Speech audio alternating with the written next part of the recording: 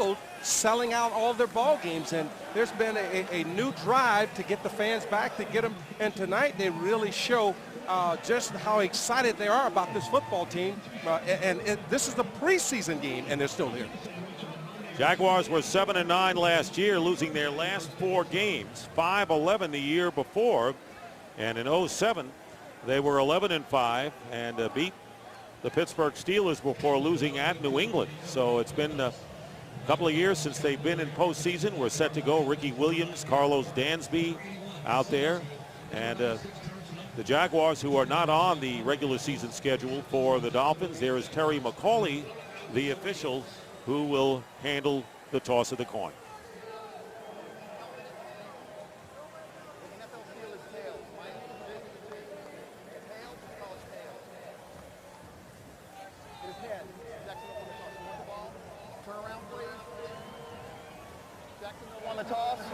Will receive. Good luck. So we'll see the Dolphins defense on the field first. So time to strap them on for Eric Walden right there and the rest of the team. Dolphins, as Nat mentioned, an outstanding defensive performance last week. Interesting, we've talked about the leadership, how they've lost some leadership from last year and all the changeover in the players. The guys that went out there defensively, as you mentioned, Dansby and the nose tackle, Randy Starks, were for the defense, and for the offense, the 2 running backs, Ricky Williams and Lusaka Polite. And how do leaders lead? They lead through their action. You look at a guy like Randy Starks. He was the leading sacker last year, had a phenomenal year, should have been a Pro Bowler. And what a great job Lusaka Polite and Ricky Williams did last year, especially at the end of the year after Ronnie Brown went down. So Dan Carpenter will kick it off to start the game. D.G. Kareem is back there. And Montel Owens just 10 yards in front of him, but there is Kareem, a 6th-round draft pick from Southern Illinois. And we're set to go. Finally getting underway after a long delay of an hour and 50 minutes. Kareem on the opening return, and a good return by the Jaguars. Still on his feet, gets beyond the 40 and close to the 45-yard line. Dan Carpenter ended up making the tackle on the opening kickoff. So we're going to take a look now at the Jacksonville Jaguars. David Garrard in his 9th season. And of course it was Luke McCown, the backup, who actually played better last week. Those are the numbers of David Garrard, who has started his 32 straight games at quarterback. It'll be a first down on the 44-yard line. Short drop, and the pass is complete into Dolphin territory to the 48-yard line, and the pass caught by Mike Sims Walker. The rest of the Jaguars offense, and here's who they are, and Mike Sims Walker, who, by the way, was Brandon Marshall's teammate at Central Florida and was the best man at his wedding, and he catches the first pass. They were roommates at Central Florida.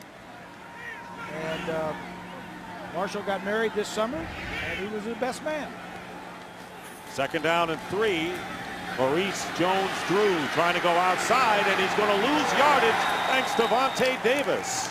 And Davis making a superb play from the secondary back to the 45-yard line, and a loss of 6 on the play. Let's take a look at the Dolphins starting defense. And in the defensive unit, Tim Dobbins is starting in place of Channing Crowder, but Randy Starks making the switch from defensive end to nose tackle. And doing it very well, Nat. Yeah, he played great at the defensive end last year, but with Jason Ferguson retiring, he was moved to nose guard. Did a good job in that opening game. That 3rd down and 9. Back on the 45 of Jacksonville. He's got some time, and the pass intended for Maurice Jones-Drew, who had beaten the defender. 4th down, and the Jaguars will kick it away. And if you're Jacksonville, this is what you live for, to get your best player, Maurice Jones-Drew, on a linebacker one-on-one. He's got the whole middle of the field, and you miss it. Adam Podlech will be kicking, and Devon Best goes deep for the Dolphins. So a 3 and out with Vontae Davis making the key defensive play. Best will let it drop, and it takes a Jacksonville bounce out of bounds inside the 10-yard line, and they'll mark it at the 5. So Chad Henne looking to respond from last week's game. Those are his numbers from last week. 5 for 11 for 19 yards, and the Dolphins offense, and it will be Joe Berger starting at center, will alternate with Jake Grove for each series through the first 3 quarters. First down on the 5.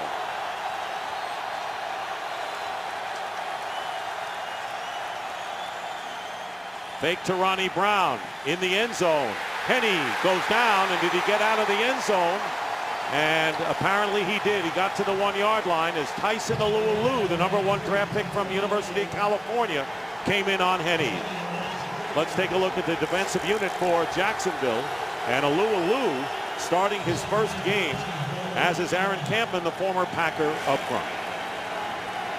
And the rain is coming down just like it left Henne in this first team offense last week. As long as we don't have lightning, we'll be all right. Loss of 4. It'll be 2nd and 14. And there is the rain, and it's coming down strong. Handoff to Lusaka Polite, and Polite is knocked back. His forward progress will get him out to the 2-yard line, but that will bring up 3rd and long for the Dolphins. Well, the Dolphins are just trying to get a little ground to work here, so they come with a fullback dive right up the middle, but not able to get any movement. This offense last week started, Henne was in there for 4 drives, and 3 of the 4 started inside their own 15-yard line. All 4 of them ended in punts. Well, now they're inside the 5, 3rd and 14. Devon Best has come in as the 3rd wide receiver. He's got the protection, and the pass off the hands of Brian Hartline, incomplete.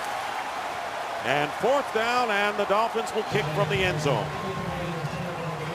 Well, they had an opportunity, and what you're looking for in a receiver is a guy that's going to help you out when you're struggling. You got Brian Hartline running the in route. Nice throw this time.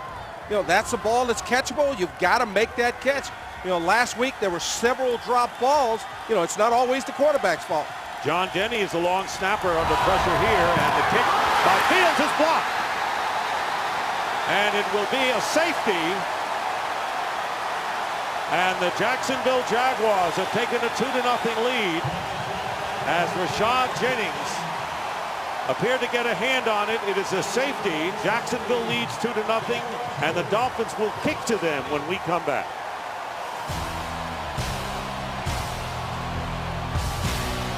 Brandon Fields had his punt blocked. He was kicking from the end zone, and he didn't get back the normal yardage, obviously. And this is a free kick by Brandon Fields. And Scotty McGee is back deep, and a good kick by Fields sends McGee back to his 10-yard line. And 2 pretty good returns, and a fumble on the play. And a fumble on the 39-yard line. And it's recovered by the Dolphins. Jason Allen forced the fumble with the hit, and the Dolphins get a break here. Well, their kickoff and punt coverage has not been good, giving up a lot of yardage. Yeah, right there, Jason Allen knocks the ball loose. And Tyrone Culver apparently recovered it. You look at it, anytime you're in a scrum of this nature, you find out who's the strongest, and Tyrone Culver goes in and just takes the ball away from a Jaguar defender. That's the first good thing that's happened to the Dolphins since we started this game. And Ricky Williams lines up as the tailback. It'll be a first down on the 40-yard line. And we are going to have... The runner was down prior to losing control of the football. And they're going to challenge. The Dolphins. Jaguars are challenging. Timeout. And we'll be back.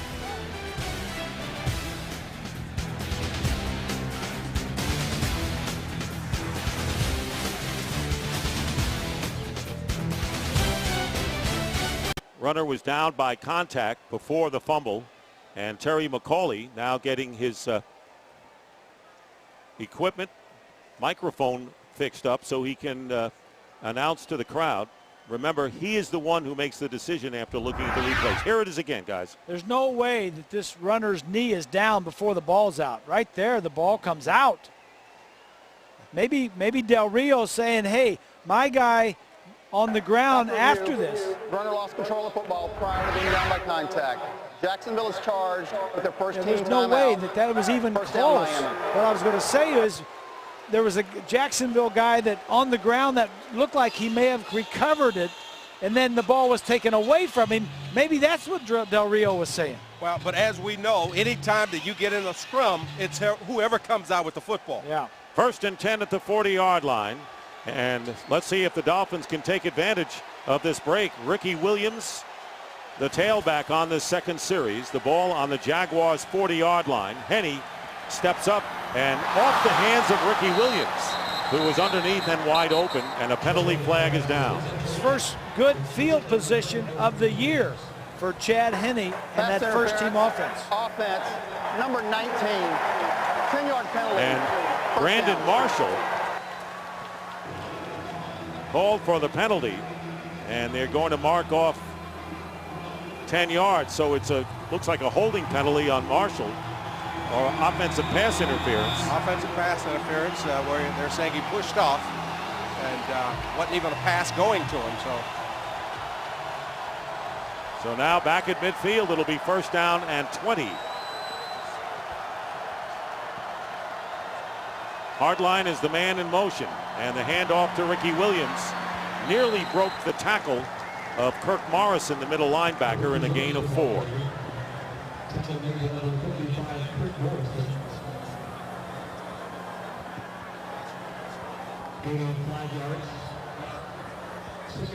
It'll be 2nd down and 15, make it 16. Just the start of things after a delay. The game was scheduled to start at 7:30, got underway at 9:20.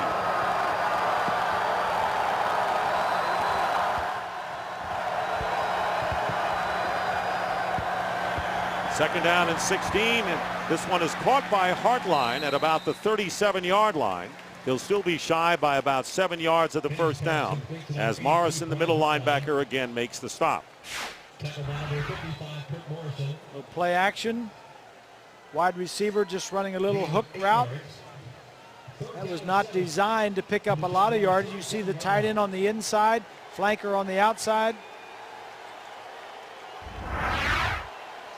Hardline, who led the team with 3 touchdown catches, started 2 games. It'll be 3rd down and 7 on the Jacksonville 37-yard line. Here comes the pressure up the middle, and the pass is caught by Devon Bess. And that will be enough for a 1st down at the 24. So a big 3rd down play after the Dolphins were back to midfield. And a gain. Well, Devon Bess has been their #1 guy on 3rd down receptions. He's working one-on-one, gets great separation, working against Derek Cox. You know, he's got a wide open field, balls thrown low and away, does a nice job of going down, catching the football. 2nd best in the NFL last year on 3rd down conversions, Devon Bess. 15-yard gain, 1st down on the 24. And Ricky Williams up the middle, and Williams with a good gain picks up about 8 yards to about the 17. And Joe Berger, the center, with a neat block to start it. The Dolphins are a team that they like to get a lot of work for Chad Henne, but they know that their bread and butter is running the football with Ricky Williams and Ronnie Brown. Speaking of Ronnie Brown, he checks back in, and there is Henne going out wide left, and this is a wildcat, and we expected, as Bob said earlier, to see a couple of these in the first half of this game. Ronnie Brown taking the direct snap, and he hands off to Ricky Williams. And Ricky Williams gets inside the 10 and goes out of bounds. It'll be a first down at about the 5 with a penalty flag down. Holding, offense number 80. 10-yard penalty, second down. And Anthony Fasano, the tight end, called for a holding, and that will nullify that pretty nifty gain.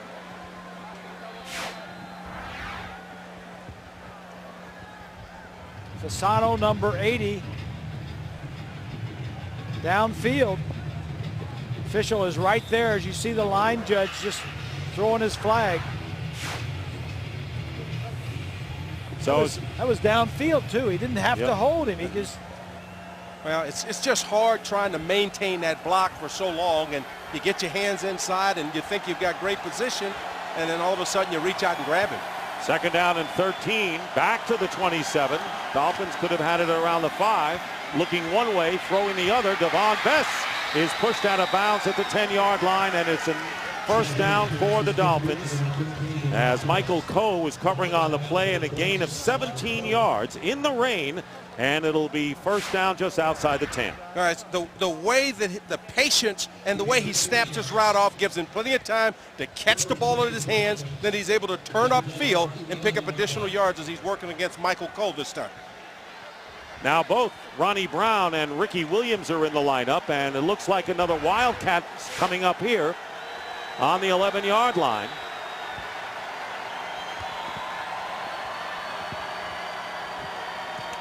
And they fake this time to Ricky Williams, and Ronnie Brown gets to about the 7-yard line. So already after the delay in the rain, Bob, we've had a couple of Wildcats. Well, you know, the fans at home may be saying, now, why are they showing this Wildcat in preseason? Well, everybody in the league knows what they have and they haven't. So they just, you know, they probably just going to show some of their basic plays and let them worry about all the new ones we're going to figure up. And they got another Wildcat as Henne goes wide left. It'll be second down and 6 on the 7. There's Henne up here. And again, the same formation. And again, they fake to Ricky Williams, and Ronnie Brown dives to the 6-yard line. They'll be short of the first down. They gained 1 on that play, so it'll be third down coming up and about 5. We were told that they were going to use the Wildcat, and my first question was, you're going to use it with Pat White? And they said, no, we're going to use it with Ronnie Brown. Oh, that's their bread and butter. Ronnie Brown runs it so well that they don't need to use Pat White to run the Wildcat. Third down and 5. They can get to the 1 and get a first down. Chad Henne looking, firing, deflected, well covered, and incomplete was Brandon Marshall. So it'll be fourth down, and the field goal team comes onto the field. Well, Brandon Marshall is your big guy that you really want to work him strong. He does a little out, and then he comes back underneath. He tries to set down. Ball's a little late, but Bob, when you got a guy 6'4", you want to get it up there where you can go up and get it. And it was, like you said, the ball was late. He was looking inside. The ball was late outside. Gerald Alexander made a good play, so it'll be a 25-yard field goal attempt for Dan Carpenter, and the kick is good. And the Dolphins taking advantage of the turnover on the free kick as Carpenter kicks his second field goal of preseason. It's 3-2 baseball score, but the Dolphins lead.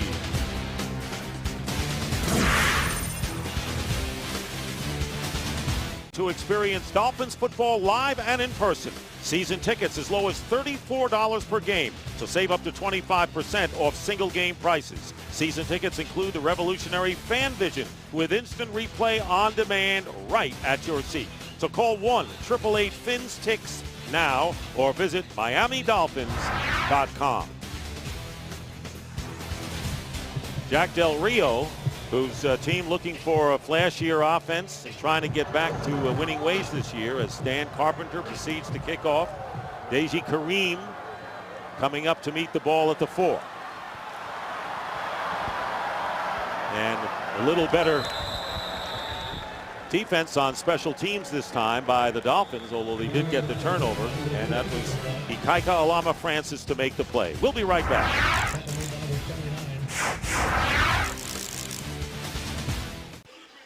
Chris Clemens, the outside guy for Jacksonville, is just going to come inside move. Second punt in 2 weeks that has been blocked against the Dolphins. And Bob, both weeks, the fullback has committed himself early to somebody else and wasn't able to help out as the up back gets beat. Garage pass and a terrific catch by Mike Sims Walker going up for it. And Vontae Davis making the tackle and a big gain on the play to the 31 of Miami.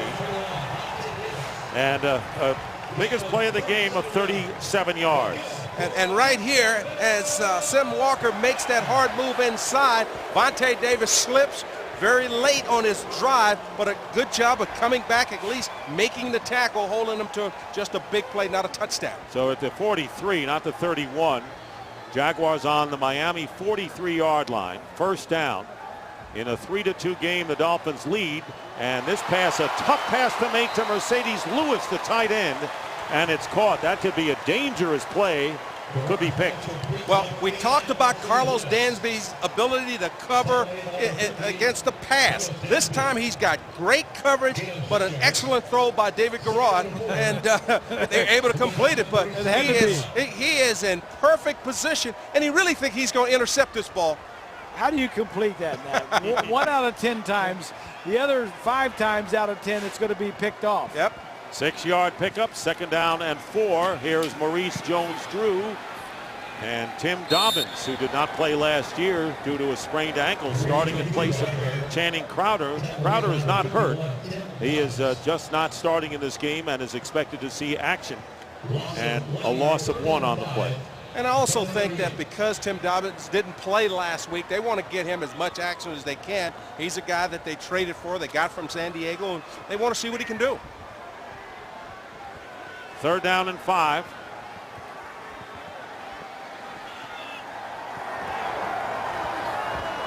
On the 38-yard line.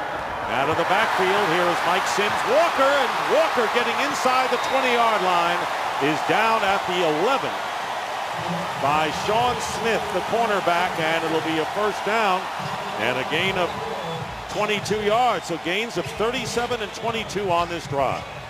Well, once again, you get man coverage. He comes right down the line of scrimmage and actually uses a Dolphin to help pick off Sean Smith.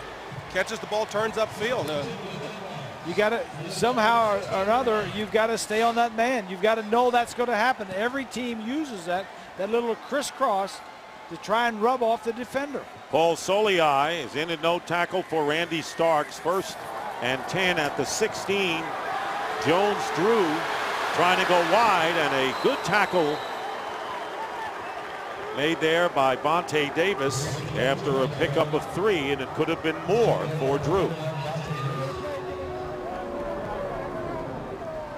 Dolphins HD coverage brought to you by BrandSmart USA. We're in the first quarter and winding down to 3 minutes. Yes, a late start because of the lightning and thunder here in Jacksonville. We're underway. It'll be 2nd down and 7 for the Jaguars. David Garrard. Flush from the pocket, pulls it down, and goes out of bounds at the 7. And it was Jeremiah Bell and Tim Dobbins on the play. 6-yard pickup. It'll be 3rd and 1. Garrard, this is something that Garrard gives you that a lot of other quarterbacks around the league don't. He can run with the football if everything's covered. I was talking with Mike Shula, the quarterback coach, before the ball game, and he said Garrard has been looking really good. Number 78 is going from the pocket and running when everything is covered. And number 78, Jordan Black, who's the left tackle, is an eligible receiver lining up as a tight end on 3rd and 1 from the 7. And the fullback, Greg Jones, and Jones very close. And let's see if the Dolphins were able to hold. The preliminary signal is it is a first down. Let's wait. Dobbins and Koamisi combine.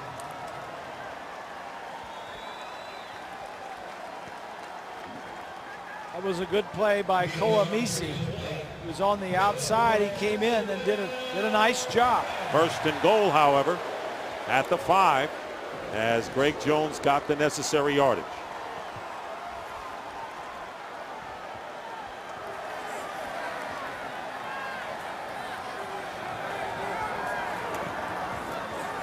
Maurice Jones-Drew going outside, and Jeremiah Bell makes the tackle after Koamisi slowed him down, and a pickup of 3, 2nd and goal.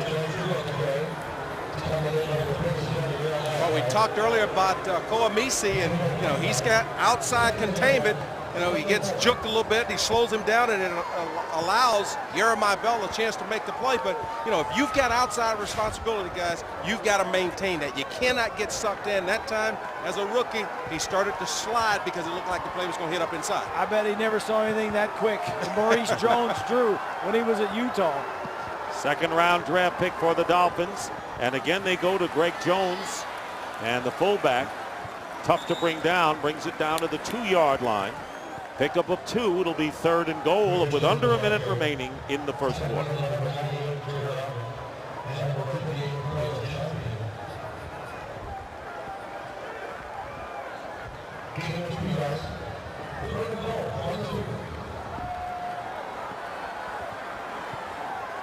Well, we saw the goal line stand last week, guys, by the Dolphins.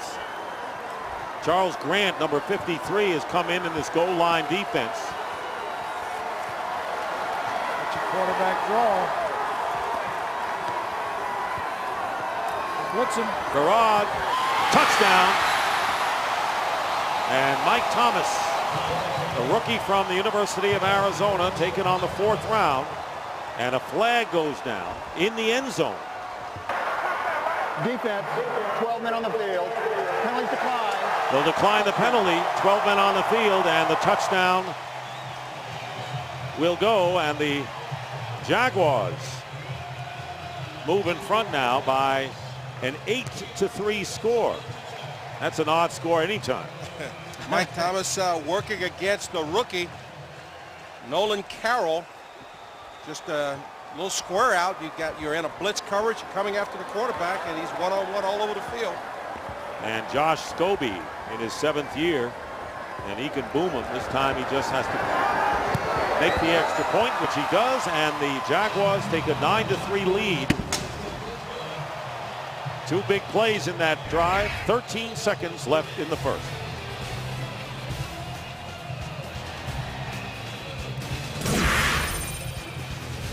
Season for the latest on what's going on in the tropics. Watch David Bernard and the CBS 4 Storm Team only on CBS 4 News, the official home of the Miami Dolphins. So the Jaguars go 11 plays and use up over 6 minutes. 37-yard pass to Mike Sims Walker, the big play. Nolan Carroll returning this kickoff for the Dolphins. And no, that's not Carroll. Yes, it is. I'm sorry. It was Nolan Carroll. Tristan Davis returned last week. And the return of 18 yards with 7 seconds to go in the first quarter. Over here, this is Nolan Carroll over here in the right part of the screen, number 28, covering the slot. He's been looking pretty good, but he's been doing it against the second teamers. We were told they want to bump him up, see how he plays with the big boys. First down at the 23. Jake Grove is the center, and they will alternate series for the first 3 quarters. Chad Henne looking to throw, and out of the backfield, Lusaka Polite, the fullback, and gets about 8 yards, and that is the end of the first quarter with the score, the Jaguars 9 and the Dolphins 3.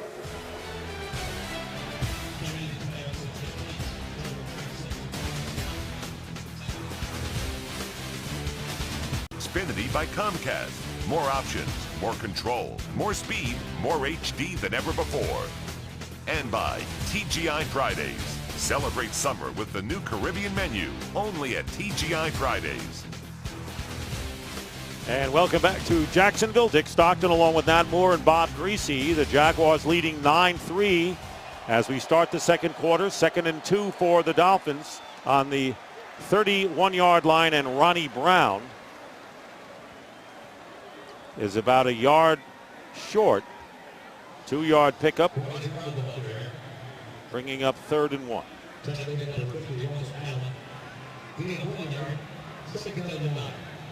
Last year against the Jacksonville Jaguars, in this situation, Polite, the fullback, picked up 3 or 4 first downs, 3rd and 1, 3rd and short. 2 tight ends, David Martin, number 88, joins Anthony Fasano, 3rd down and 1.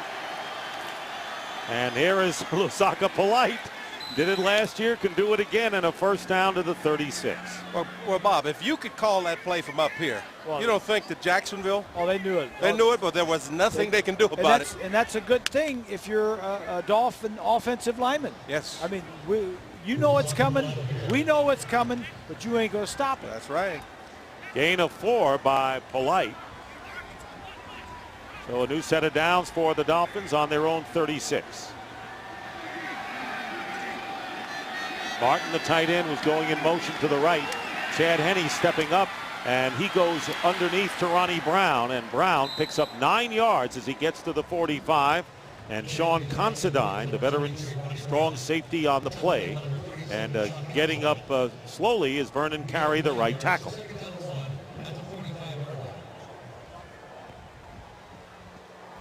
That little pass right there is one of the things that Henne has to improve on. Look downfield, but when you're going to dump it off, give it to the guy short and let him run with it. Brandon Marshall lines up at the top of your screen on 2nd and 1. And it'll be a fake handoff and a designed rollout, and here's the pass, and it's complete to Fasano, and Anthony Fasano down the sidelines, and he'll go in for the touchdown, and a flag is down.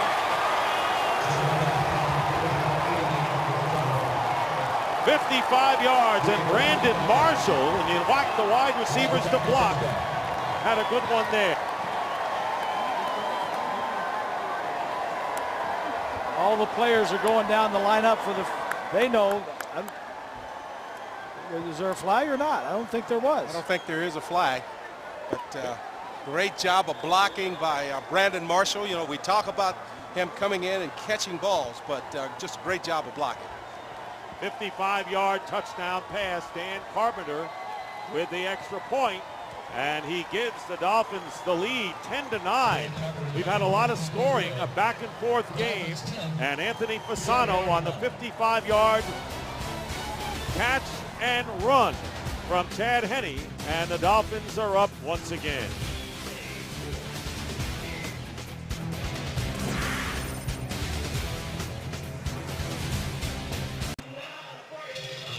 Saw a lot of 2 tight ends there with David Martin as well, 55 yards, and easily the longest play of preseason. Chad Henne getting the score, and a 10-9 game. The Jags took a 2-0 lead on a safety, and then a field goal made it 3-2. And then the Jaguars came back on a big drive. That'll get your fire lit. I would think so. Yeah, I saw him down there talking to the other quarterbacks. Kareem on the return, using his blockers well. And another good return, so a flag is down. Illegal wedge formation. Penalty marker is down on a terrific return of 47 yards. First down. And they're going to bring it back. And the call is an illegal wedge formation, which now in the old days you could have 4 guys in a wedge. To be legal now, guys, you can only have 2 guys in the wedge. You know, you've got 3 guys coming together. That's illegal. And that rule went into play last year. Last year, yes.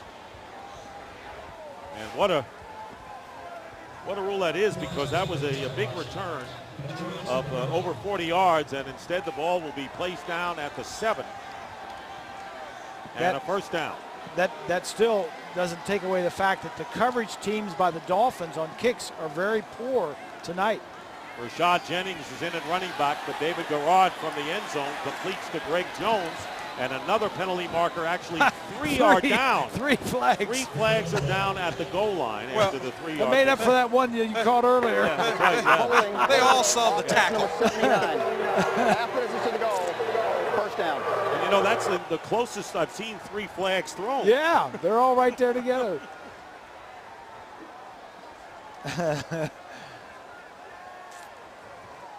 Let's see that touchdown to Fasano again. All right, everything goes this way. There's play action. Fasano is the tight end right here. He's going to come across in the other direction. Henne first starts, fakes everything to our right side, rolls out, looks outside to Brandon Marshall at the beginning and comes back and picks up his tight end. That was just a nice throw, Nat. Good timing throw. Nice throw, good timing, nice job of setting up inside. First down on the 13 is Rashad Jennings trying to go to his right, and he breaks a few tackles in his second year from Liberty, and Charles Grant making the tackle, and we have another penalty marker down. So, that touchdown was the only play, I think, Bob, in which they did not have a penalty after all. Illegal formation, offense. Number 79 was on the end of the line. Half of it to the goal. So a 6-yard gain, and Paul McQuiston was on the end of the line, and so let's go back to the touchdown. There's Brandon Marshall. See what he does when Fasano catches the ball and comes around. Downfield blocking, making a great effort. Matt may have had that arm hooked around there at the beginning, but he got his body around. But he got it back inside. Right. That's what you've got to do. Right. First and 15 on the 2-yard line. And the slant pass is caught by Troy Williamson, who had a big game in the losing cause against the Eagles. And Williamson gained 5 yards with Monte Davis on the coverage. And guess what? Another flag is down, thrown in the end zone this time, away from the play. Illegal formation, offense. Number 78 was on the end of the line. Half You know what? of it to the goal. They've called the First same down. penalty twice in a row. The first on Paul McQuiston, the right tackle. This one on Jordan Black, the left tackle. Oh, they just got to get up on the line of scrimmage. Terry McCauley giving it back to David Garrard there. Number 78 had reported as an eligible receiver. There's no foul. Second down. And now they say that Black reported as an eligible receiver, which he did on that touchdown drive a little while, so they pick him up. Yeah, but he has to report each and every play, if I'm not mistaken, right? Yes, he Grease? does. And I guess he did, and they didn't register, so it'll be first down, or Second down. now second down, and 8 from the 9-yard line.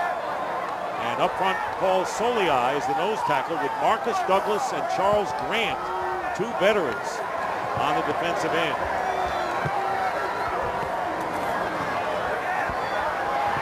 Pass incomplete, and Troy Williamson got hit as he tried to grab that bobble. And good pressure put on David Garrard. I think that was Charles Grant on a spin move that is able to get free. Here's a free safety. Clemens coming right there and making sure that he doesn't catch the football. Clemens doing a nice job at free safety. Little hold there by Davis. And Garrard is shaken up on the play. You saw that at the end of the play. And he is hurt.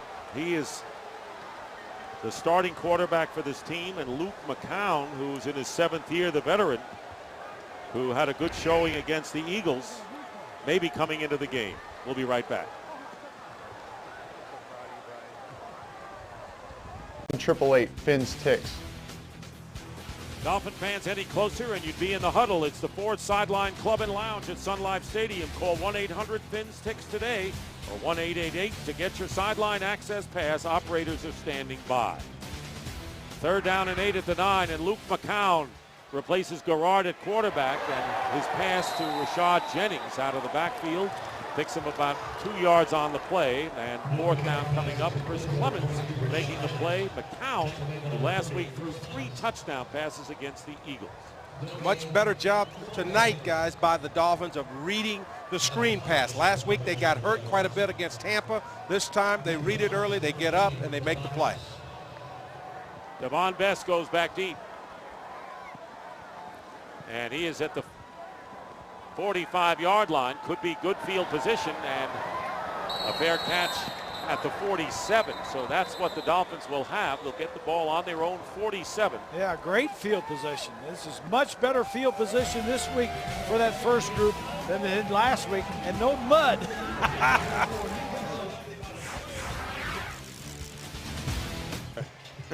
That's right. I don't think so.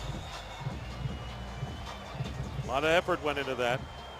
Dolphins with a first down on their own 47. Ricky Williams lining up at the tailback, 2 tight ends, and Jake Grove is the center. Williams goes in motion, so the empty backfield for Chad Henne. And he completes the pass to Brandon Marshall. And Marshall does an nifty job after the catch and gets 8 yards after the play. Loose ball, but it's a completed pass, and his first catch there. Well, this is Marshall's first catch of hopefully many.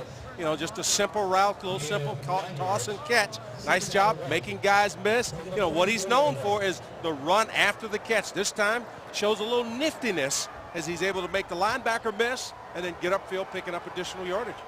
They'll call it 9 yards, so it'll be 2nd and 1. That's the great career numbers of Brandon Marshall.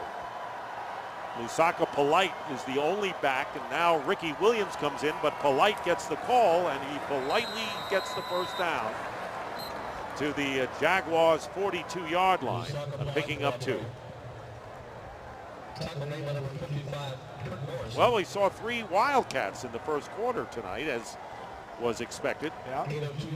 You know, one of the things that when you're getting ready to do this game, when you hear it from the other side, what is Jacksonville saying about Miami?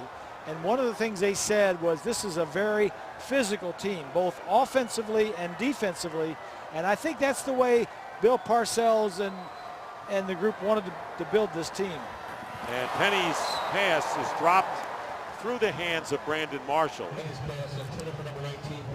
Well, for South Florida's best coverage, plus everything else going on in the world of sports, watch Jim Berry only on CBS 4 News, the official home of the Miami Dolphins. 2nd down and 10 after the drop by Marshall.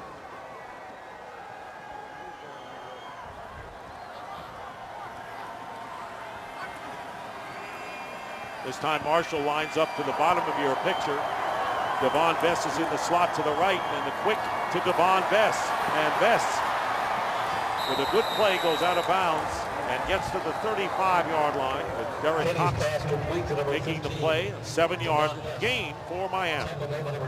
Now, if this was 3rd down, Bob, when Devon catches the football, knowing that he only needs a yard or 2, he stays inside. But because he's trying to make a big play, he tries to get all the way outside. Now, watch the run here.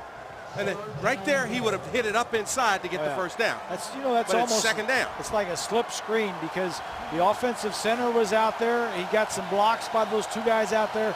Almost looked like a slip screen to the right side. 3rd down and 4.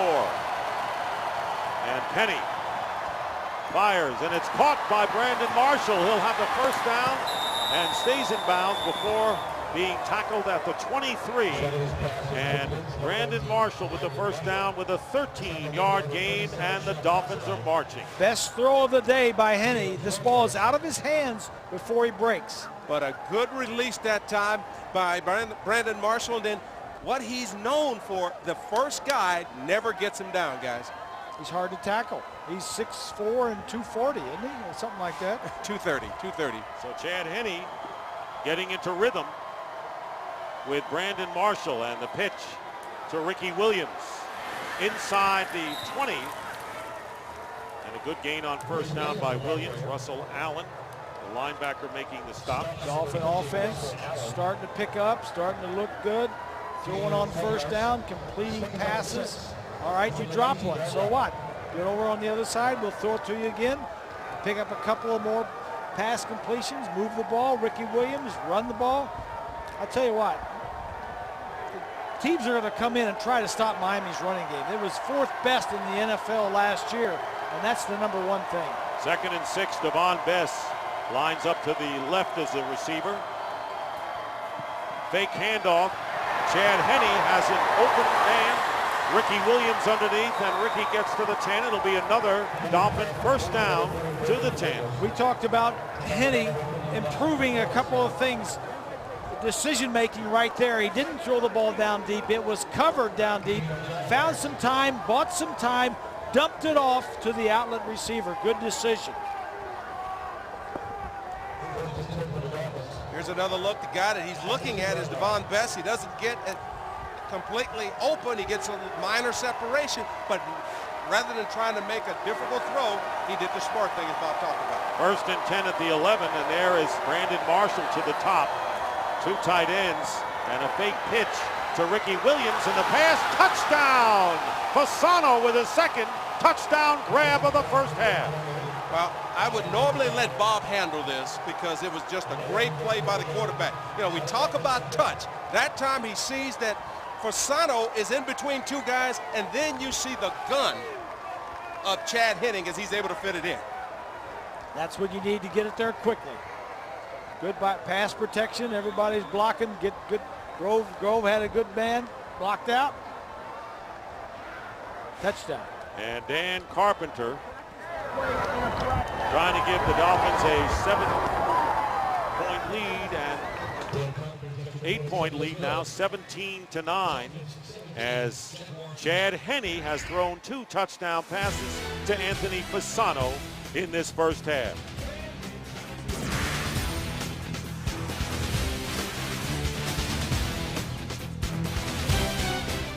Here in the second quarter, he caught 7 scoring grabs 2 years ago, and who said they're not tight end friendly as you see the scoring grab? Well, the big difference between him catching touchdown passes last year and the year before was the quarterbacks. Pennington 2 years ago really was dialed in, and then Henne last year. It's good to see him getting together this year. Deji Kareem, and another solid run back by the Jaguars, and you know that already. The Dolphins will be talking about kick coverage during the week. Nate Ness making the tackle after a return of 36 yards. Good field position. Great field position, and you know, if you're going to make this football team, a lot of times you don't have a chance to make it as a number one. It's special teams, and when you cannot cover kicks, you know, your chances of making this football team are very slim. Well, look at the field position that you're giving up. The Dolphin defense starting on their 45-yard line instead of the 20 or 15 or 10. Jaguars starting on the 45. Hand off to Montel Owens. And Owens picks up about 4 yards on the play. And it was Kendall Langford who's back in there with Randy Starks, the nose tackle, and Jared Odrick, the starters in the front three.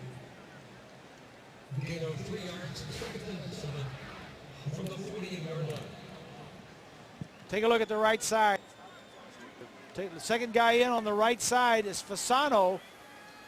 Quarterback rolls left. Ooh, now I'll tell you, that's he had to throw that ball behind a little bit. He was throwing it away from the defensive guy.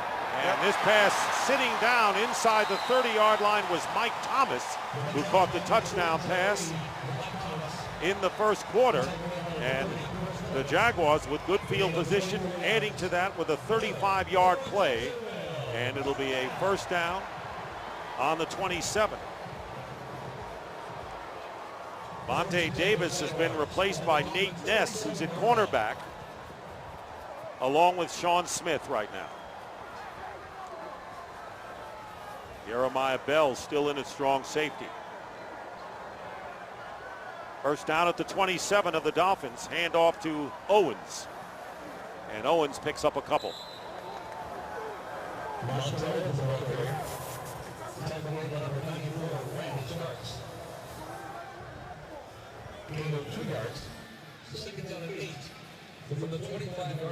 There's Luke McCown, who came in when David Garrard was shaken up. McCown last week with 3 touchdown passes against the Eagles, completed 11 of 15. A great game, over 300 yards passing.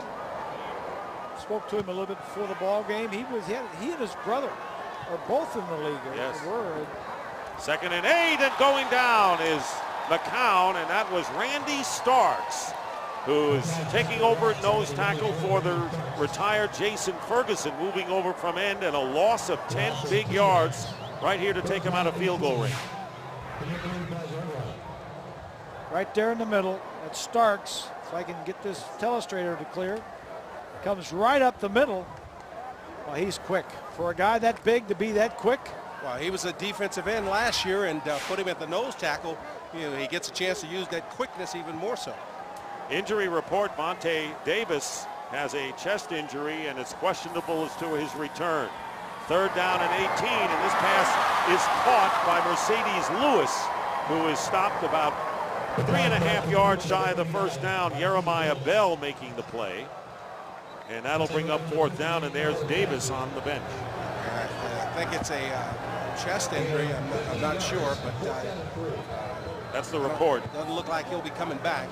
Well, the Dolphins are really struggling here in pass defense. Last year, they were 24th in the entire NFL in pass coverage, and the reason that Mike Nolan has been brought in.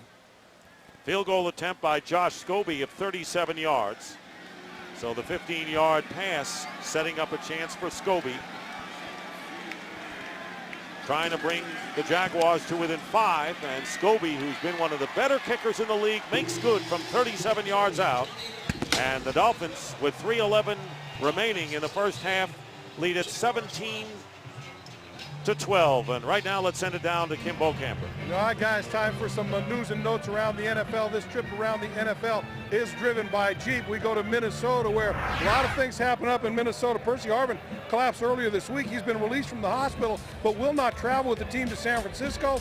And he's back. Brett Favre, less than a week out of retirement. He will start Sunday night in San Francisco. On to Buffalo, where the Bills' second-year tight end Sean Nelson suspended 4 games for substance abuse. Also in San Diego, Marcus McNeil and Vincent Jackson been put on the roster exempt list. That means they will miss 3 games when and if they sign with the Chargers or any other team they may sign with. Jackson right now is negotiating with Seattle. As far as Vontae Davis, he's got a sternum problem. They tried to add a sternum pad under his pads. Obviously that didn't work. They're still working on him, so a little bit of information on Vontae. Let's go back upstairs. All right, Bo, thank you very much. And there is Josh Scobie, and of course looking for return opportunities. Very difficult against Josh Scobie. He's one of the best there is. 91 touchbacks since he first came in the league in 2004, and a guy with a very strong leg. Dolphins had an earlier opportunity where Nolan Carroll was able to return one. Let's see if he gets another shot at it.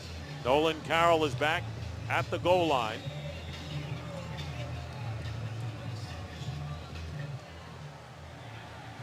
There's Scobie's leg, and Carroll moving up to the 3. So he's got a chance on the return. Gets to the 25, 30-yard line, and a good return by the rookie Nolan Carroll as Josh Scobie himself pushes him out of bounds after a 36-yard kickoff return.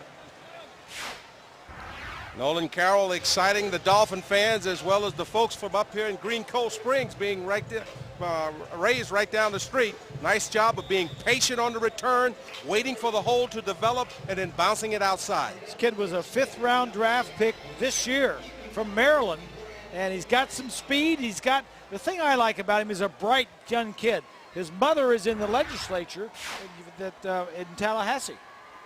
Chad Pennington is coming the game, and this was the plan if Chad Henne had enough snaps. So Pennington making his first appearance of the year and going deep, and Brandon Marshall makes the catch and still on his feet and finally out of bounds. What a return for Chad Pennington.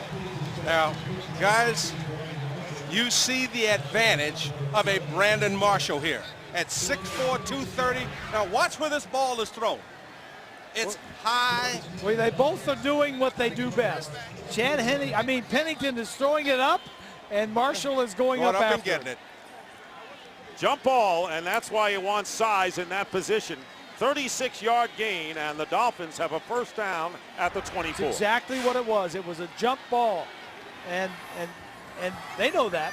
Pennington knew it, so I'm going to let my man Marshall go up and see what he does best. And a flag goes down and a false start penalty. False start, offense, number 61. 5-yard penalty. Corey Proctor, First the down. left guard, called for the false start. So Chad Pennington rehabbing that shoulder. Played 3 games last year, and this is going to be the only time we're going to see him just from now to the end of the quarter. Well, what Tony told us before the ball game was, I've got a number in my head about how many plays Henne wants to play. He's played 23 plays, and he's got 17 points on the board. So I think he felt pretty good about that first unit. So let's get Pennington in the game. 1st and 15, and the clock will wind down to the 2-minute warning. That is the 2-minute warning. 2 minutes. So 2 minutes remain in the first half. It's been a wild first half with a safety, recoveries, a lot of scoring. 17-12, the Dolphins are up. have 3 timeouts remaining. Jacksonville only 2, and it'll be a 1st and 15 on the 29 of the Jaguars. Chad Pennington coming in. He had shoulder surgery in week 4 last week, and he completed a 36-yard pass on his first play to Brandon Marshall. Last year he had that surgery. Yes, week 4 last year. 1st and 15. Ronnie Brown in motion.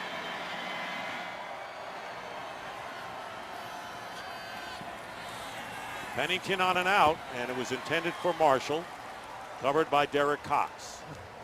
I was talking to Dan Henning before the ball game, and he said, now, Henning, you know, we have to help Henning. We have to do this and we do that. Now, when Pennington gets in there, says we can all go to sleep because he knows what he's doing. He calls the plays. He moves the guys around. He's a coach on the field. He does this. He does that. You know, he knows what he's doing. Like that throw, the first throw to Marshall down the sideline, he knew to throw it up. But Dan Henning was my offensive coordinator for the last 2 years. He was in the center of that picture there. 2nd down and 15. Pennington on the slant to Brandon Marshall, and catch is made at the 23-yard line. Will bring up 3rd and long. Well, tonight's trivia challenge presented by the South Florida Hyundai dealers. Father-son combinations, nothing new in the league. In fact, one current Dolphin linebacker, Ikaka Alama Francis' father, played in Green Bay, backing up Bart Starr. Here now is the question. There are 5 sets of fathers and sons who have both been called Miami Dolphins. Besides the Greaseys, Bob and Brian, and the Crowders, Randy and Channing. That leaves 3 more. Think about it. Any ideas? Stay tuned for the answer. That's a good one. Who came up with that one? Yeah. So we already credited, you and Brian, so we have to delve deep now. Well, everybody knows about Bob and Brian and, Right. and Randy and Channing. There's a few others. I think you might have played with one, Bob, back in the early 60s. Well, We don't want to give away. it's the only hint we're going to give. Sorry, we'll give it a hint it. down there. 3rd down and 8. Dolphins already in field goal range. Ronnie Brown and Ricky Williams flank Chad Pennington. Devon Bess in motion to the slot on 3rd down. He gets time and he's going to run it. And he'll get the 1st down inside the 10. Chad Pennington rushes for 13 and a 1st down as we have under a minute and a half. Brings me back a couple of years ago when this team was first remodeled by Parcells and Sperano and all these guys, and Pennington came in and nothing was expected of that team, and they won 11-5. Take a look at the Brandon Marshall, little stop and go, that didn't work. Good coverage by everybody downfield, so Pennington says nobody's on me, I'm going. 1st and goal at the 9. Fasano was in motion. He's caught 2 touchdown passes. Here's Ronnie Brown, and Ronnie Brown will be hit. And the first man to get him was number 45, Tony Gilbert, and a loss of 2. But a couple of years ago, when Pennington first got here, he took this team to an 11-5 year. It was unexpected. It was out of the blue. It was their only trip to the playoffs in the last 9 years. Since 2000. Well, the one thing that everybody talks about is Chad Pennington's efficiency and just how smart he is. That time you could grab man coverage. Everybody's got their back turned and running. He sees open field. He knows to get down and then get down. Don't take any punishment. Right now, Chad Pennington talks about comeback number 3. I think there's just an inner drive that says not to quit, not to give up, and to finish it the right way and to finish strong. And he would like to finish this drive strong. It'll be 2nd down and goal. Ball back at the 10. Timeout, leaving the Dolphins with 2. And the fake handoff, and getting the ball is Ronnie Brown at the 5, and he'll score. Ronnie Brown in for the touchdown. And what a drive engineered by Chad Pennington. This was a 10-yard pass, and this is going to be a memorable one in this preseason. It's going to be a memorable one for Chad Pennington, but guys, what I'm looking at is the receivers. Now watch this run and catch But then look at who's on the end. Who's getting the block? Once again, it's Brandon Marshall. We've got 2 touchdowns today to receivers other than himself. And he's out front making it happen, getting the block. I think that's so important in today's football. It is. Dan Carpenter with the extra point. And how about this first half offense? The Dolphins leading 24-12. So I think Chad Henne came and answered some questions today. Brandon Marshall did the same, guys. And, you know, it was a solid team. We saw a couple of Wildcats, and this is just the first half. Well, I think we talked about the playmakers, and those are 2 of them right there.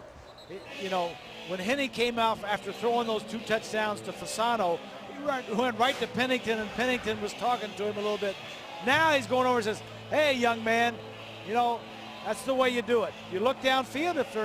If they're covered, if they're not open, dump it off to that back and let him run it into the end zone. And guys, the real key is to get it to him in a hurry, as we see the celebration by Chad Pennington. But you get it to him in a hurry, and that allows the back a chance to square up and then do something with the football.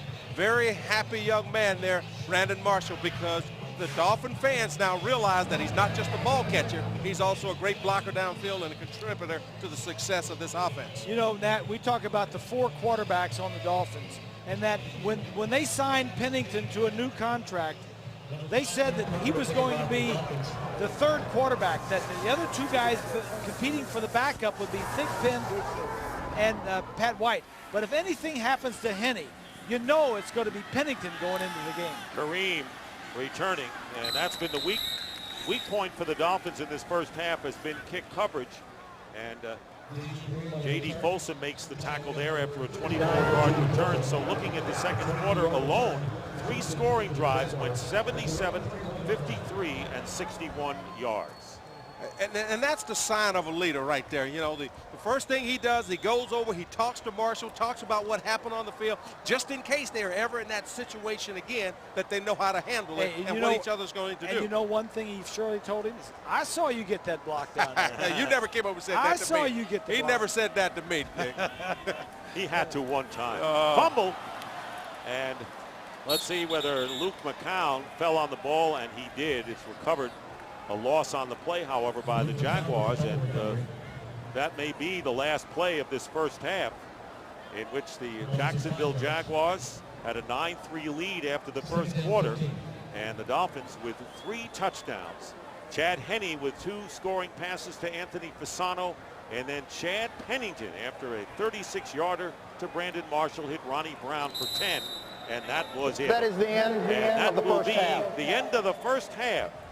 And for the most part, a good one for the Miami Dolphins after a long rain delay. And Bo is with Coach Sparano. All right, guys. Coach, you got some rhythm going with the offense. Are you happy with what you saw the time that Chad Henne had? Yeah, I really was. I mean, I thought Chad made some good decisions. I thought he got the ball down to the back when necessary, was able to push the ball down the field. I felt like he had a pretty good rhythm. Put points on the board. Brandon Marshall made some big plays, both catching the ball and blocking, that allowed you to put the points up. Yeah, I mean, I thought, you know, he did a great job out here blocking. That was really an unselfish play.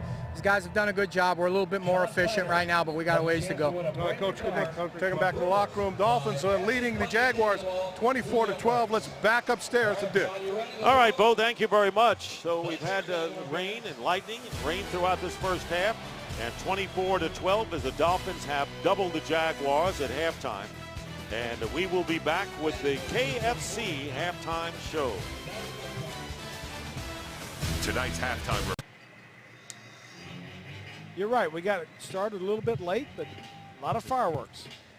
And there's Henne and Pennington on the sideline. Both have to feel good about things, and Julius Pruitt will be the return guy as the Dolphins will get the ball in the second half. And guys, what did you just see there with Chad Pennington? He's out of the ball game, but he's still got a sheet. He's still studying, and that's what makes him such a great professional. And the quarterback will be Tyler Thigpen. And the return by Julius Pruitt, who was on the practice squad last year, and Pruitt will bring it up close to the 25-yard line. And there is Tyler Thigpen, who completed 10 of 19 last week, a completion percentage of 53%, including a 34-yard pass to one to Moore and one to Turner. He was in for 6 or 7 possessions last week, so he got the balance of the work, the majority of the work last week. And the only touchdown that the Dolphins scored was with Thigpen in the ballgame. Second year with the Dolphins, spent 3 years with Kansas City, and the handoff and the pickup of about 4 yards on first down to Patrick Cobbs, who did not play last week, was on injured reserve with knee surgery in week 6 of last year. Yeah, he got that knee injury, and Tony Sperano really likes this Hobbs kid. He do a lot of things. He does special teams. He is really good in the Wildcat. He's got some shake and bake to him. Raleigh Lumbala is the fullback. Second down and 6, and here's Cobbs, who's tripped up. And no gain on the play will bring up third down and about 6. You know, going back to Patrick Cobb, you know, he was a kid that, if you remember, Bob, about 4 or 5 years ago when he first came in, they tried everything they could to cut him. Yeah. And he just kept impressing, and before you know it, you know, he becomes a major figure in this offense, especially in the Wildcat.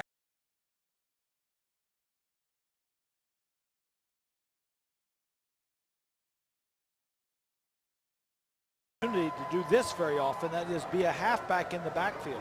Patrick Turner and Roberto Wallace are the wide receivers in the lineup now. Thigpen's pass, and it's short, intended for Turner, who caught a 34-yarder last week, so it's fourth down coming up. And guys, this is on Patrick Turner. That time Thigpen's ready to throw the football. He has the pump because the receiver runs the route too deep. He went about 20 yards on this route. Now watch the route, you know, way too deep. Now that forces the quarterback to have to hold the ball or try and throw it early, and the timing is off. Plus he rounded it off, drifted downfield.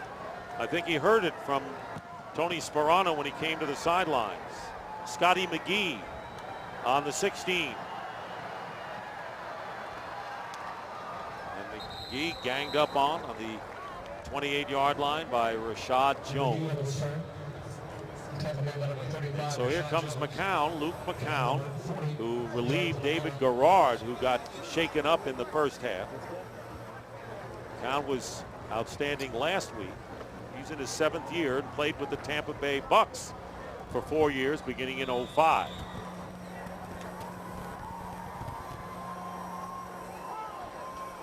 First down for the Jaguars on the 28. Rashad Jennings is the running back and will set the defense for you in a moment.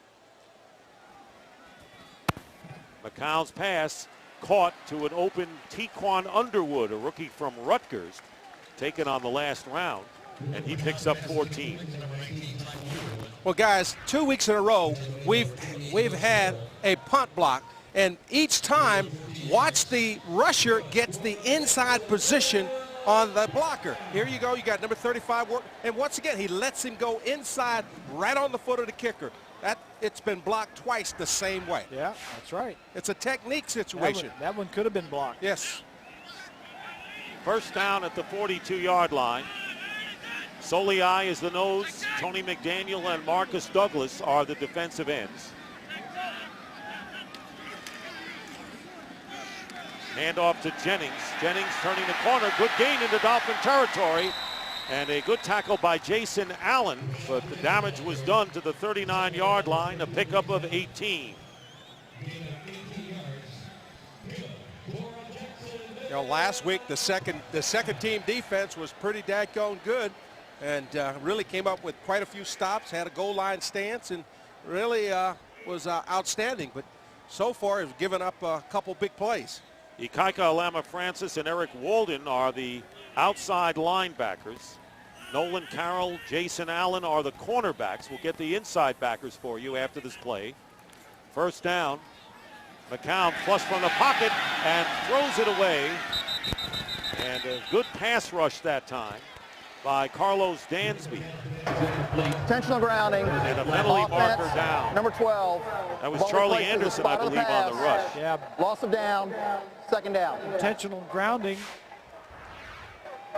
Nice play.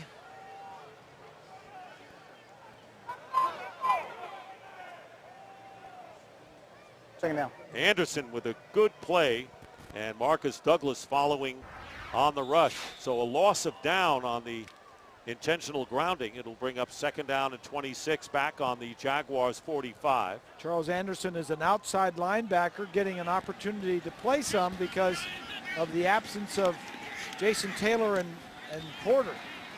And a pass thrown underneath to Jared Dillard, rookie from Rice, picks up 3. And J.D. Folsom making the tackle. Tyrone Culver replaces Jeremiah Bell at strong safety, and Rashad Jones is the free safety. Rashad Jones, a draft choice out of the University of Clemson. 5th round pick. 3rd down and 22. Pass caught by Rashad Jennings, 2nd-year running back. And completes the pass to the 42, 8-yard gain. Micah Johnson out of Kentucky. So now it is 4th down. And Adam Podlesh will come in and kick it away for the Jaguars. Nice job by the second unit of after giving up Yes. a big play, then coming up with some plays to sort of push him back. Forces a penalty on the quarterback, McCown. And that was because of Anderson's good rush. Grounded the ball, Nat. So Devon Bess going back to the 10-yard line.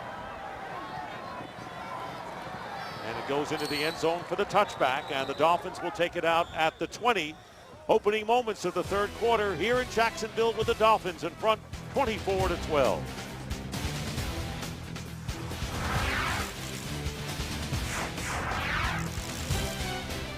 Been called Miami Dolphins. We got the Greasies and the Crowders, and of course that leaves 3 more. Well, to include coaches, you have the Shulas, Don, with sons David and Mike.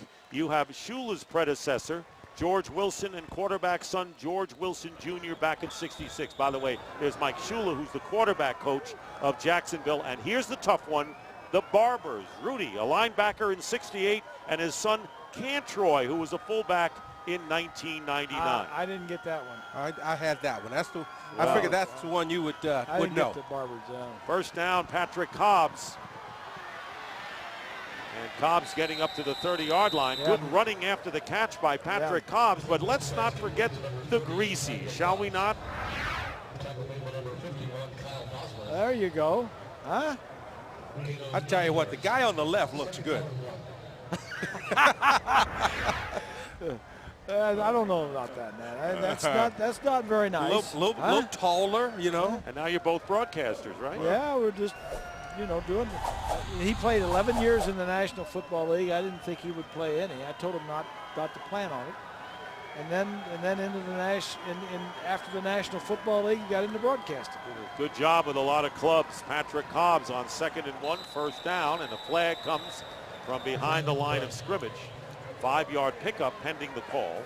And it's holding against the Dolphins. Number 64. I just want to know. 10-yard penalty, 2nd down. You told him not to count on playing football for a long time, and he didn't listen. Right. Did you give him the same advice about broadcasting? Because so far, if you did, he's figured it out not to listen to you. You're right. He just doesn't listen to me, whatever, But the good thing is he listened to me a lot of other times. Yeah, he's good young man. Did anyone ever call you Brian when you were working in a booth? Yeah, occasionally they do, yes. Yes. 2nd down and 11 on the 19. Lex Hilliard seeing his first action at running back. Scored a touchdown last week, and the flip pass to Hilliard, it was touch on that one, but not much gain, just about 2 yards with Austin Lane on the play on Hilliard. Hilliard played a lot last year, came in and did a very nice job. After Ronnie Brown was hurt, he played a little bit when Ricky Williams was in there. When he retired, gave him a break.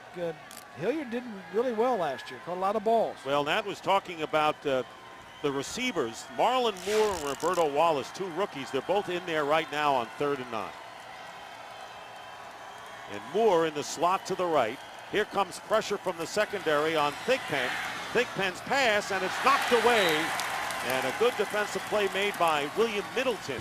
And it was intended for Marlon Moore. So 4th down coming up, and they'll kick. Well, you're trying to run Marlon Moore in the slot on a out route. You got a good clear through there by Patrick Turner, but an outstanding play by the safety as he's able to dive out there and knock it away, not allowing the ball to be completed. So Brandon Fields will be punting, and Scotty McGee back for the Jaguars.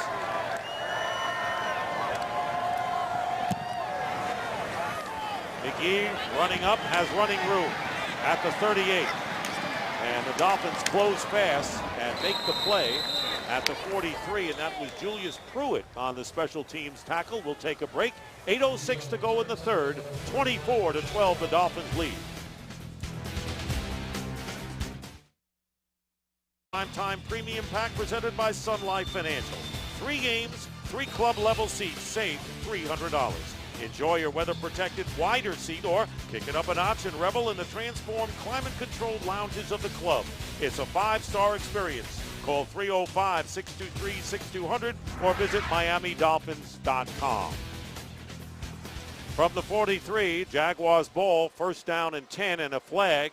And we had movement by Jacksonville, I believe. And let's see whether it was a false start, and it was against the Dolphins. Offside, defensive end, 5-yard penalty, 1st down. Lionel Dotson, number 71, 5-yard penalty.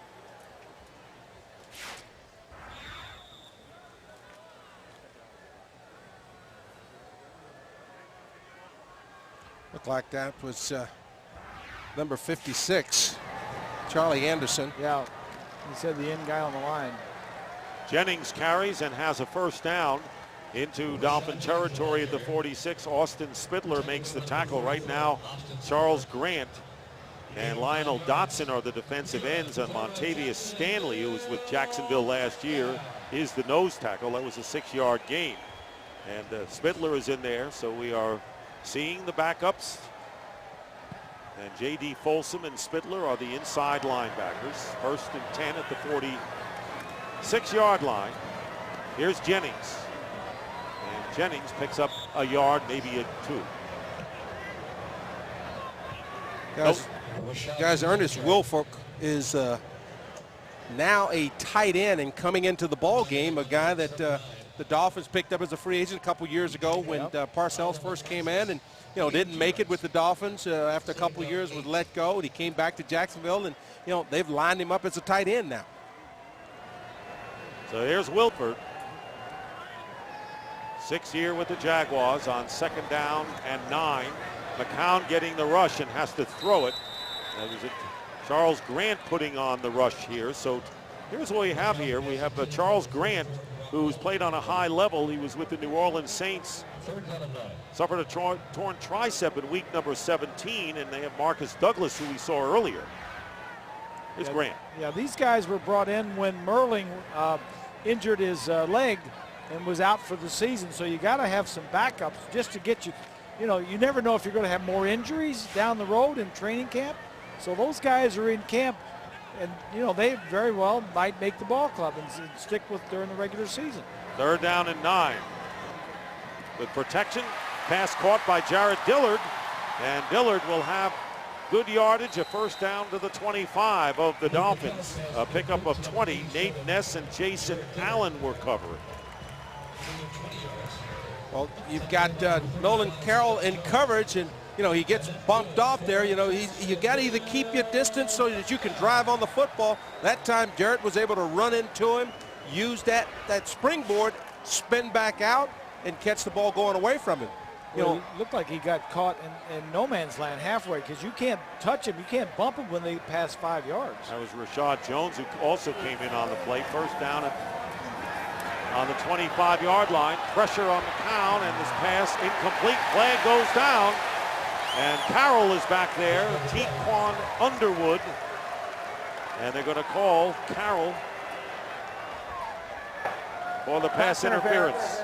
Defense number 28. Automatic 1st down. So that's an automatic first down. This is one of the things they wanted to do. Give Carroll a little bit more time, but he wouldn't have grabbed his arm, huh?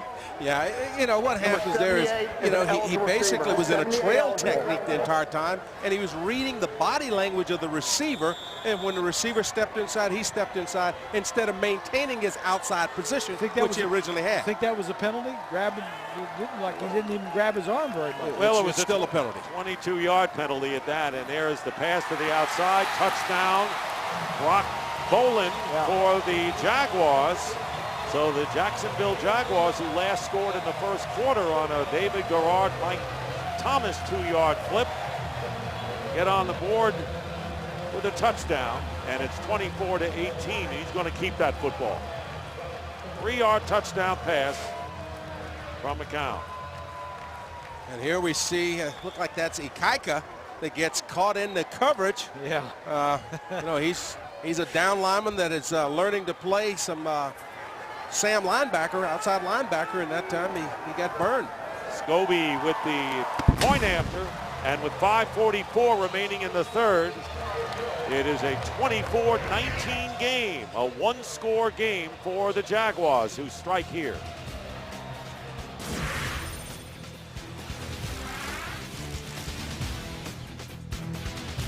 But the Vikings now, they've got Brett Favre. The Packers, a popular pick in the NFC. Maybe some people think they can go all the way. The Ravens and Bengals with T.O. and Ocho Cinco. One West Coast trip to Oakland. And, of course, the AFC East, the Bills early, the Jets and the Patriots after the leads change. Kickoff to Nolan Carroll. Carroll gets hit, stays on his feet, and finally gets twisted down at the 23. Going to take a timeout. We'll be back as the Dolphins, with Tyler Thigpen running the show. Come back.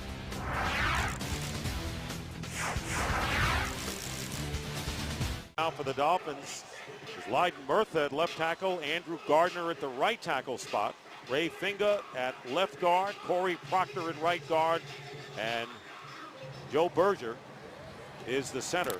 And you know, Dick, they've got like 15 offensive linemen on this team, and every one of them weighs over 300 pounds. I like that when you were running the show, I'm sure. First down, and Patrick Cobbs gets knocked back for a substantial loss on first down. You know, back when I was playing back, you know, in 1970, okay, there was only one 300-pound offensive lineman. Only one. 30 years later, in 2000, there were 300 guys that weighed over 300 pounds. And going in, this is a trivia question now. Going into training camp. I thought we were done with the trivia. Going into training camps, how many guys went into NFL training camps weighing over 300 pounds this year? 85. And under pressure, Tyler Thigpen throws it up for grabs. Not the best idea here when you're in that situation. And a penalty marker goes Personal down. foul, roughing the passer, defense number 58. 15-yard penalty, automatic first down. And when you're going for the head and you use your arm or your shoulder, you're going to get in trouble. In the NFL now, you cannot do anything up around the head to anybody. Well, 58 is Jacob Carrera, excuse me, out of the University of Kentucky. He gets a free shot on the quarterback. Right there. Oh, yeah. Jacob Cotrera. And it looked like he was going down anyway. And so it'll be a first down up to the 31-yard line. Two tight ends, Joey Hanos and Corey Sperry. Sperry goes in motion on first down, and the pitch to Patrick Cobbs. A good pursuit by the Jaguars, led by Tony Gilbert. No gain on first down. Yeah, just to finish up that story about the offensive, or not only offensive line, 300-pounders in the league going into this training camp. The 32 teams, they had a total of 530 guys that weigh 300 pounds or more. I wouldn't want to be in the buffet line behind those guys. Wow. A lot of beef. A lot of beef. You know, it just goes to show you that all of the players nowadays are bigger, stronger, faster, and including the linemen. Second down and 10. Marlon Moore was the move man. And Thigpen's pass wide open to Marlon Moore. And Moore will get the first down close to midfield. Middleton makes the tackle on the play. By the way, the Dolphins this week signed Randy Thomas, a 12-year veteran, an offensive lineman who's not dressed for this game. Here's Marlon Moore. He goes in motion, comes back out, and just sneaks across the defense. There's nobody there, and it shows you a lot of times you're not so used to being that open. You start chopping your feet where all you really got to do is run. Continues to impress, yes, and to make plays when given the opportunity. From Fresno State, undrafted rookie. That was a 16-yard play. And the pass caught by Moore again, making another good showing, gets into Jacksonville territory to the 37-yard line. So 2 successive nifty plays by Marlon Moore, and we send it down to Bo. All right, time for a player profile. This player profile brought to you by Geico. We're going to take a look at Marlon Moore, undrafted free agent out of Fresno State. 90 receptions, over 1,300 yards and 10 touchdowns with the Bulldogs. He has a degree in broadcast journalism. Told me last week after the game, if he doesn't make this team, he's after one of our jobs, guys. Well, if he's going to have to take a delay because of thunder, you know, we may give it to him. First and 10 at the 36-yard line. Thigpen rush from the pocket, and Thigpen effectively throws it away. Good job. Well, Marlon Moore has been a guy that's really impressed the coaching staff. And watch this time. Similar play. Once again, he's just trying to sneak across the field. Well, this time the linebacker's not fooled. He hooks it up, makes it a slight adjustment. Quarterback gets in the ball, gets upfield, picks up another first down. That's impressive. That's what you're looking to see out of these young guys. Can they make the mental adjustment on the field? Very, very impressive. He is really showing what he can do. 2 catches in a row for 33 yards. Before that last incompletion, second down and 10. And the handoff is to Patrick Cobbs, and Cobbs going outside, and a good tackle made by Don Carey, and prevented a bigger gain than 5. CBS 4 is South Florida's smart choice for news with more stories that matter to you. Watch Shannon Horry and Antonio Mora weeknights only on CBS 4 News, the official home of the Miami Dolphins. Third down and 6 for the Dolphins on the 32 of Jacksonville. Julius Pruitt has come in the game at wide receiver. And here is Thigpen's pass, and he splits the defenses to Pruitt, and a first down inside the 25-yard line. Thigpen looking good again tonight, 8-yard gain. Well, Julius Pruitt last week caught a couple balls. He knows he's going to get hit, protects himself, catches the football. You know, you've got to make the most of each and every opportunity. Pruitt realizes this. He was a guy who was on the practice squad last year. This is his opportunity. He knows that he's got to fish or cut bait. And we know that Moore has played well in his showing in the second half. First down now on the 24 of the Jaguars. 5-point lead for the Dolphins. Final minute or so of this third quarter. Hand off to Cobbs. And Cobbs is tackled from behind by Leger Duzabel. Easy for me to say. Under a minute remaining in this third quarter. The gain of 4. Third down or second down and 6 coming up. Offensive line trying to win jobs up there. Berger, number 67, doing a great job. Also the fullback, Raleigh Lambala, getting a block in there. Second and 6 on the rollout. And a pass caught by Turner.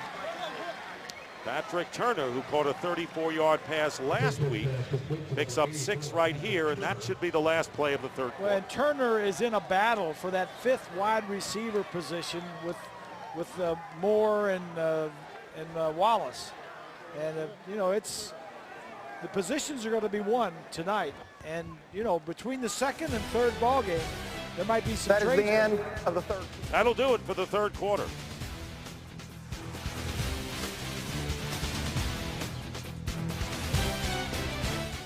And threatening, 1st and 10 on the Jaguars 13. Tyler Thigpen handing off to Patrick Cobbs, and Cobbs with a terrific run gets to the 6. Gain of 7 yards. Well, Pat White is the 4th quarterback, saw some action at the end of last week and not expected to play in this one. And last year, when he did get the opportunity to play, really didn't do that well. You know, he's a nice guy. He's really a nice guy. You know, he's got a lot of talent. He can run the ball. He can throw it. You know, it just takes him. I don't know if he's going to be around. This is a wildcat right here. Yeah. Patrick Cobbs will carry with it and get to the 5. Excuse me, Bob. No, that's fine. That just shows you what another thing that Cobbs can do is in the Wildcat. But Pat White, his future with this ball club, I don't know where it is, Matt.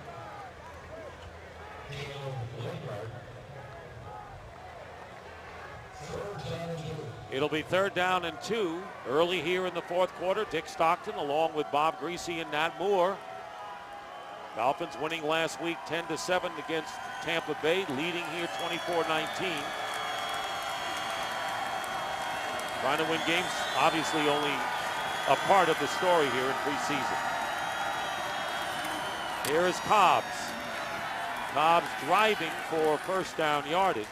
So this is obviously a place where you could throw, but you want to see how you do in the short yardage plays, a 2-yard pickup.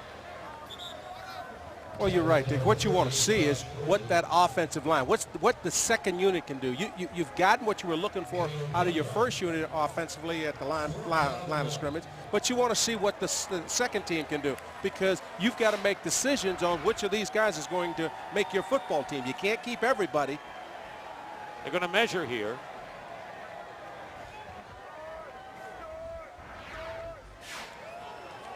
And they're going to be shy by, looks like, almost a yard. And so they're going to see what they do now. We had 3rd and short. Now let's see what happens on 4th No, down. you go for it. Yeah. Preseason, you know, this opportunity to get in there and see if you can pick up a short 1st down. 2nd best in the league last year to the Jets on 4th down. Joey Hanos and Corey Sperry are the 2 tight ends. Where is Lasaka Polite? Polite is not in there. 17 of 17 last year on 3rd down and 1. Give it to the fullback. Labala is the fullback, and they give it to Labala, and he's not going to make it. And the Jaguars will take over on downs.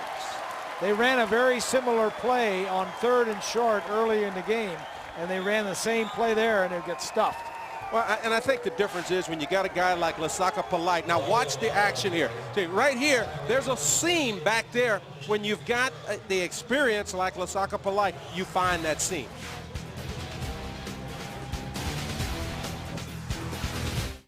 Different camera angles, game stats, and much more right from your seat. Makes every seat in the house the best seat in the house.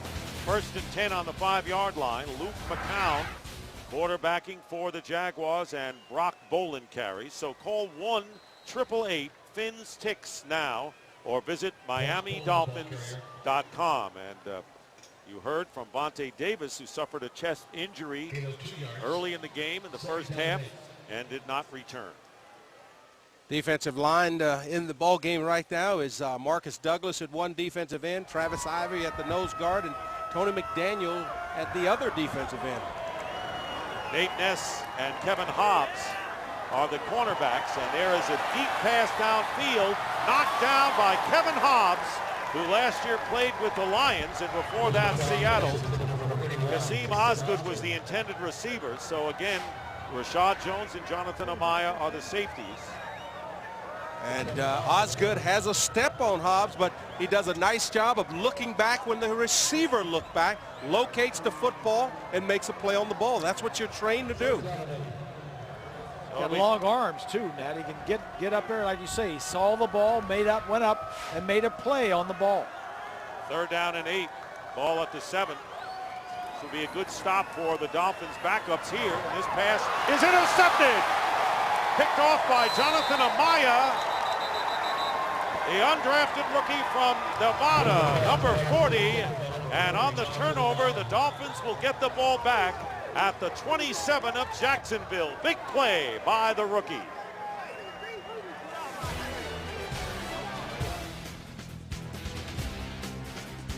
Especially safeties is guys that got great ball skills, locating the football, laying out, catching the ball in your hands. Todd Bowles, the defensive back coach, works very hard every day in practice, making sure that his DBs catch a lot of footballs. Amaya went down with a knee injury in 07, came back for a limited role, and participated in the Dolphins Foundation fishing department as Thigpen completes the pass to Sean Nalbone, and Nalbone will have the first down at the 15-yard line. So a good pickup there of 12 yards. Nalbone trying to win a job as the number 3 tight end here.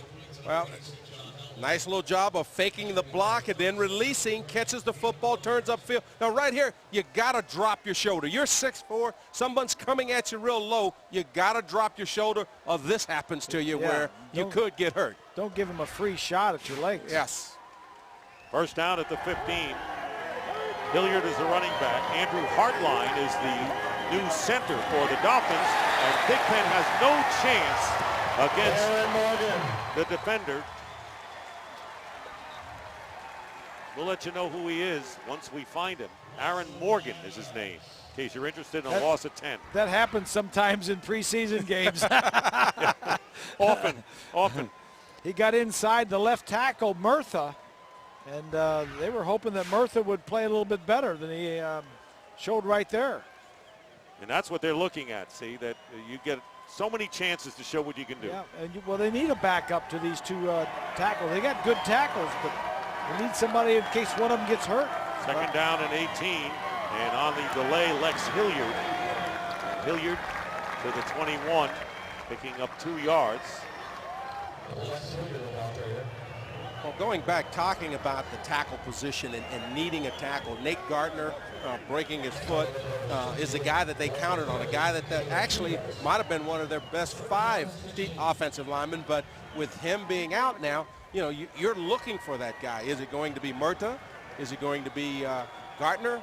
I mean, the difference is you've got to find a guy that can play that position if something happens to one of your tackles. 3 wide receivers in there, third down and 16 from the 21. Thigpen, this is what he does best on the rollout and stays in bounds and goes out of bounds. And a flag is down at the 22-yard line. No foul for a horse collar. 4th down. No foul on horse collar. You heard that from the referee. 5-yard pickup, so it'll be 4th down. They're picking up the flag. Well, former Dolphins coach Jimmy Johnson won a national championship at the U and a Super Bowl with the Cowboys, but can he win on Survivor? Survivor Nicaragua moves to Wednesdays at 8 p.m. starting September 15th only on CBS 4, the official home of the Miami Dolphins. I got to watch that. I got to see Jimmy. I talked to him last week. I got to see Jimmy. What did he say? 31-yard field goal by Carpenter, and the kick is good. He said he would never do it again. And the field goal is good, and the Dolphins lead it 27-19.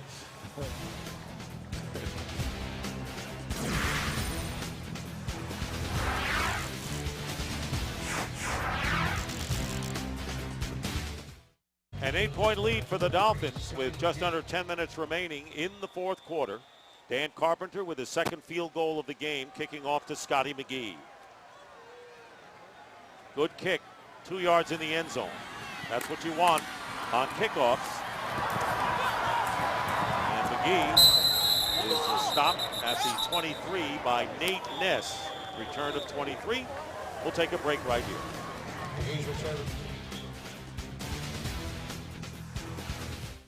Offense, Chad Henne. Well, they did a nice job. They got 24 points in the first half, and everybody looked good. And I think The thing that I'm impressed with is I used the tight end Fasano, and I think the reason he got open was because of the outside guy Marshall. First down at the 23. And the handoff, Luke McCown to Chad Packard. He gets a couple of yards, and that, you talked about the youth on defense, particularly Odrick and Vesey. Well, they both played exceptionally well, but defensively they played well. They were able to hold this Jaguar offense to 12 yards rushing in the first half and only 120 yards passing, and those were big plays where the defensive backs got beat, but overall did a nice job of shutting down the offense of the Jaguars and getting off the field, and that's what you want to see. Second down and 8 for the Jaguars on their 25. McCown drills it and completes it. Mike Cawson tackled by Amaya, and up to the 41, a pickup of 15. And Dick, this is a young defense. It is very young. In fact, six of the starters are in their first or second year in the National Football League. 6 of the guys that started this game that are projected to start the season, 6 of the 11 players are in their first or second season in the NFL. From the 41, first down, 8.5 to play in the fourth. We had a long rain delay, nearly 2 hours, and this pass caught. Wide open is Jared Dillard, the rookie from Rice. And quickly, the Jaguars are at the Dolphins' 40-yard line after the 19-yard pickup. Amaya on the tackle, and Tony Sperano not pleased there. Well, he's not pleased because the linebackers are getting sucked up on play action. They're in a zone, and they're not getting to their zone. You know, you've got your safety deep middle. Your cornerbacks are playing outside technique, and you're not getting a good drop by the linebacker, so it's an easy throw and catch by the receiver and the quarterback. First down from the 40, Chad Packard. And Packard picking up about 3 yards on the play. Let's review the defense right now. Nate Ness and Kevin Hobbs are the corners for the Dolphins. Rashad Jones and Jonathan Amaya are the safeties. We have Micah Johnson and Ikaika Alama Francis playing outside, and J.D. Folsom and Chris McCoy, the 7th round pick from Middle Tennessee, inside backers. 2nd and 7 on the 37. Another completion down the middle to the 20 and maybe the 19. Packard, the running back. I'll tell you, this defense is really on their heels against Luke McCown. A 19-yard gain with Jones on the stop. And look at the big pocket he's got to throw the ball to. You know, you don't see the linebackers anywhere in this. It's man coverage. Good shot here. Look at him. Sees he forgets the first guy and then dumps it off to the second guy. It's just good play. No pressure, no rush. And Dotson, Ivy, and Baker are up front. Out of the backfield, Brock Bolin. Bolin gets to the 14-yard line. They went defense in this draft, too. The 2010 draft. What was it? 7 of the 8 draft picks were defense, on the defensive side of the ball. Last year, they went offense. 4 of the 6 picks last year were in the offensive side of the ball. Dolphins leading by 8 points. And this defense looking for a stop. Great momentum going for Luke McCown and the Jaguars on this series. 2nd down and 6. Flag is down, and we will have looks like a false start penalty against Jacksonville. Neutral zone infraction. Defense number 90. 5-yard penalty. 2nd down. Ryan Baker. Ryan Baker for the Dolphins. Neutral zone infraction, so they'll mark 5 yards off and bring it to the 9. And that's somewhat of a change also, Bob, isn't it? There used to be a time where if the defense jumps offside, you get that free play versus them stopping the ball. Yeah, that seemed like a kind of a play blown dead. That would be a false start. Here's Bolin. And Bolin carries to the 5. 4-yard pickup, And the Jaguars are knocking on the door. They're down by 8 with 5:27 remaining. It'll be 1st and goal now. Remember, McCown came in when starting quarterback David Garrard got shaken up in the 2nd quarter. The Dolphins got off the field in time, otherwise they would have had too many men. McCown's pass incomplete. Lauren Thomas was the intended receiver. You know, you have to be impressed with McCown. He's done a nice job. I know he's going against the 2nd and 3rd unit, but you know, most of his passes have been right on the money. And a guy that's sort of bounced around this league. He's in his 6th year out of Louisiana Tech, I think it is. But a guy that gives them a comparable quarterback if something happens to David Garrard. 2nd down and goal on the 5. Good numbers for Luke McCown, and he had great numbers last week. They lost by 1 to the Eagles, and the pass thrown behind Tequan Underwood from Rutgers. He was a 7th round pick, and it was Ivy who put in good pressure, another Maryland player. Good pressure by both Travis Ivy and Ryan Baker, forcing McCown to throw the football before he's ready. 3rd and goal again from the 5, under 5 minutes remaining in the 4th.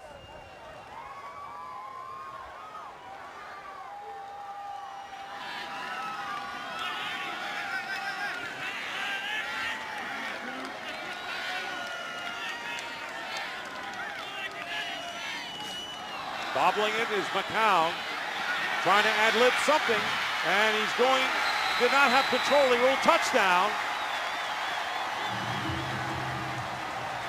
I thought the ball got loose at the goal line, guys. Well, the official was right there. I don't know if his knee may have gone down before the ball crosses the plane of the goal line, but they're going to go for 2 points. Let's check it out here. Yeah, his knee looks like it may be down. And I don't think under contact. And did not have control. All he had to do was get the ball over that goal line, and then he didn't need control. And a challenge has been thrown by Tony Sperano. Yeah. So there'll be a challenge, and let's hear Terry McCauley. Miami has challenged if the runner was down prior to the ball crossing the goal line. So it looked like the ball did cross the goal line before he lost control, but the knee down.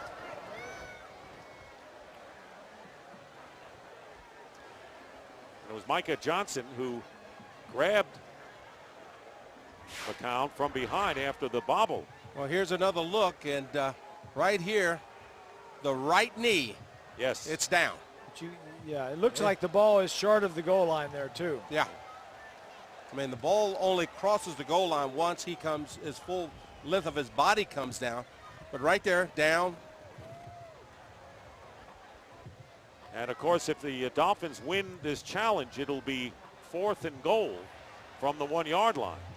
But to win this challenge, it has to be conclusive evidence that his knee was down. Now, what Tony is doing there, he's on the headphones there talking to his coaches up in the booth, and they're telling him to throw it, and he's obviously talking to them. All right, I'm going to throw it. Just wait, you know. Tell me once. Yeah, I'm going to throw it. Just wait till the play's over. And, of course, they have the officials upstairs, but the final decision will be Terry McCauley's, the referee. You know, this is the 3rd year of Tony Sperano, Jeff Ireland, and Bill Parcells. And they've kind of redone this roster in the last 3 years. You know, they love their draft picks this year. They had a nice draft last year and the year before. Let me ask you a trivia question, Nat. How many players are on the roster now from before these guys came in? I would think. I'm not going to guess, you know, because you always try and trick me with this kind of stuff. I'm not tricking you. Said this is an honest-to-God question about the roster of the Dolphins. After review, the runners Knee was down. The ball was at the half-yard line. It'll be 4th and goal. You had that from the all one-half-yard the way. line. Did you spend Miami the is whole not charged afternoon with a looking at timeout. these trivia questions? Yeah, that's Yes, what he I does. do. Late in the game when we need a little trivia, Nat falling asleep up here, I need to wake him up with some stuff. Well, we had a long rain. Was it? It was a long. I would say it's 3 to 5. 7. 7. All right. Who did I 7. miss? There's 3 on offense.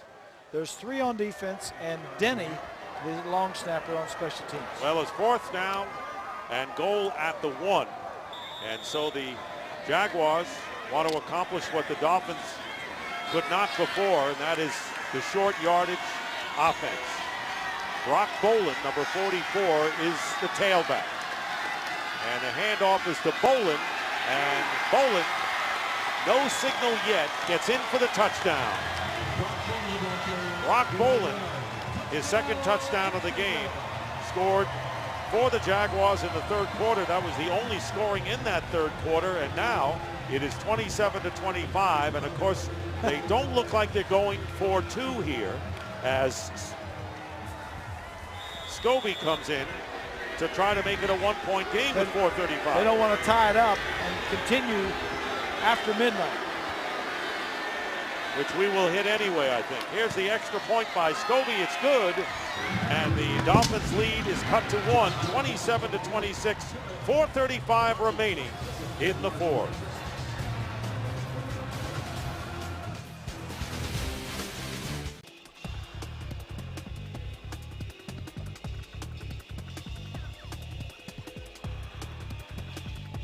And it's great to see these kids up late tonight, watching the game. Football fans, young football fans, it's great to see them here in Jacksonville, and we know we see a lot of them guys at Sun Life Stadium as well. 1-point lead, and the Dolphins will get the ball. 4:35 remaining in the 4th. Scobie kicking off to Nolan Carroll from the 4-yard line. The Maryland rookie weaving his way out, and Carroll takes it out to the 31-yard line. So let's see what happens now. And let's take a look now at the drafts. Bill Parcells taking over the team. And 2008, Jake Long and Chad Henne, Kendall Langford, 3 starters there, and the rest here, guys. In the 2009 draft, he got the 2 cornerbacks, Davis and Smith. They're both good players.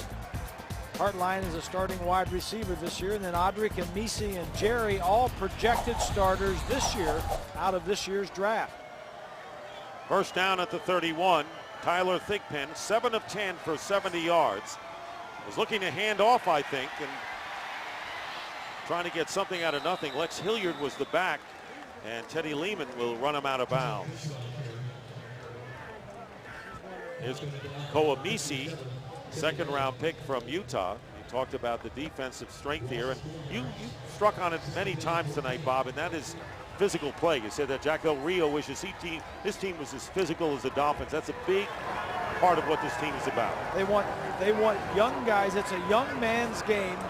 I remember Bill Parcells saying that all the time. It's a young man's game, and we want to be physical, and physical on both sides of the ball. 2nd down and 14 after the 4-yard loss. 2 tight end formation, and Thigpen with a short drop, incomplete, trying to get it to Roberto Wallace. That's the first time they try to get it to him. But in going young on defense, especially when you lose a Jason Taylor and a Jason Ferguson and a Joey Porter and some of these other guys, you got 5 new starters on the defense, and 3 of those guys were captains. Jason Taylor, Jason Ferguson, so that's a lot of leadership.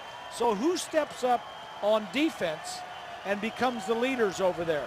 The captains tonight before this game were Dansby and Jeremiah Bell. 3rd down and 14, and I have another question on the defensive team as well. Extra receivers in there, and Thigpen can't get away, and down he goes. And that is where's the pass rush coming from as far as the Dolphins defense goes? Well, I think what we'll start to see as we get closer to the season or during the season is more blitzes, more scheme. Right now, everything's vanilla on defense. And talking with Coach Mike Nolan, the thing that they want to see is the ability of each and every one of these guys. They don't want to just put them in position where they're going to be successful. They want to see what their athleticism and what their skills are. They're evaluating the players, basically. Here is Scotty McGee from the 20 returning. Trying to get outside. Turns the corner. Scotty McGee running out of bounds. He is a nifty return man and a Dolphin player slow getting up at the 35 and helped up. That was Jonathan Amaya that got leveled on the crackback block. Number 40 who had the interception earlier. And guys, one of the things that continually happens is every time they come very close to blocking another punt, they continue to give up the inside position, and that punt was close to being blocked. First down at the 45. That was a 25-yard return, and the quick pass outside to John Matthews. And Matthews picks up about 2 yards. Ross Weaver, who is a rookie from Michigan State, number 45, is in the defensive secondary now for Miami. It'll look like every defensive back on the Miami staff will get a chance to play tonight, because I think Ross Weaver is the only guy that had not come into the ball game.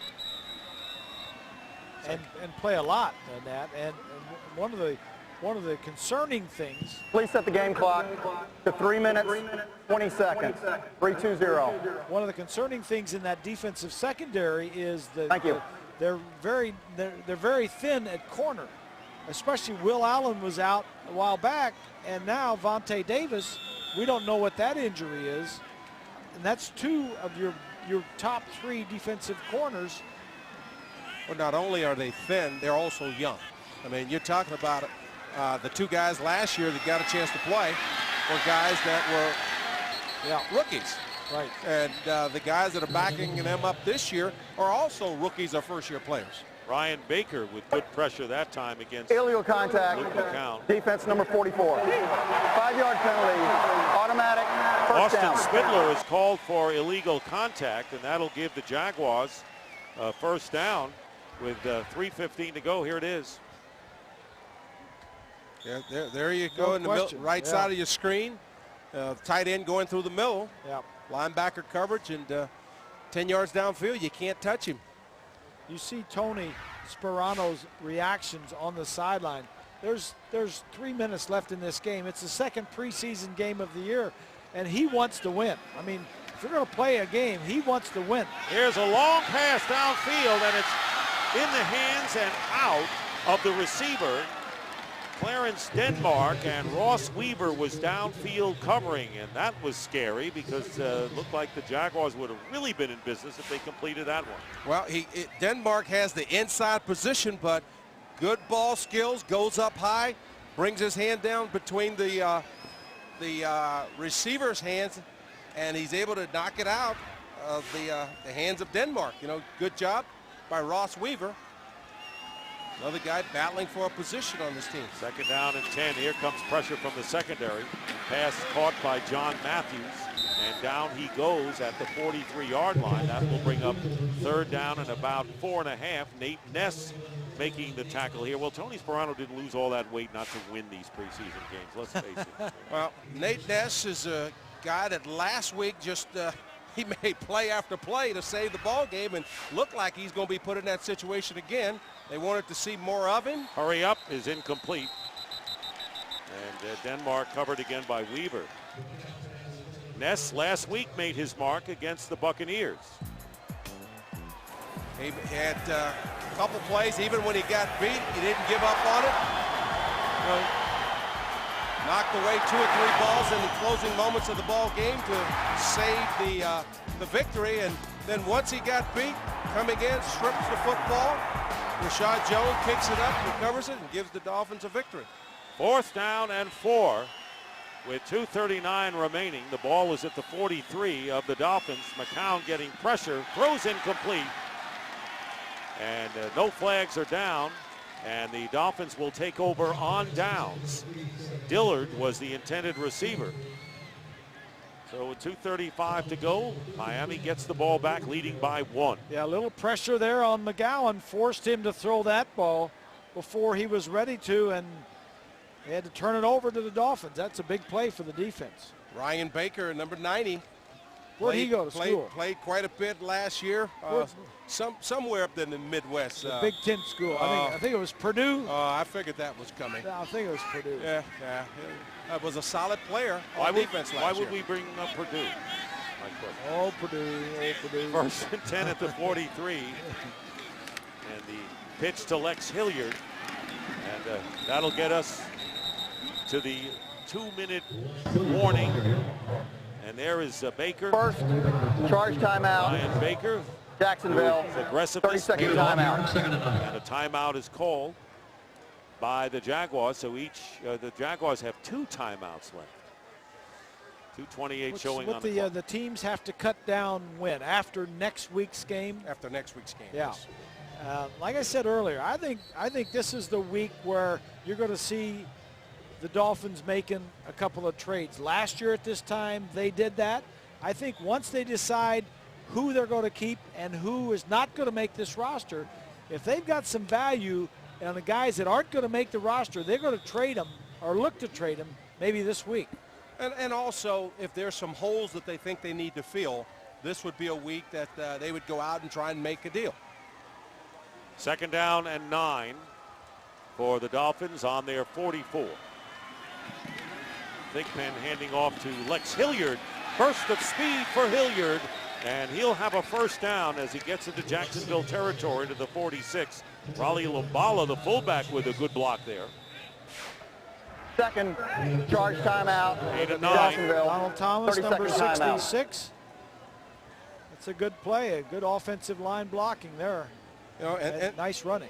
Great running by Lex Hilliard. But, Bob, going back to Donald Thomas on that block, he's trying to trap him. Guy takes him underneath. He just rides him on back inside. He doesn't clog up the hole.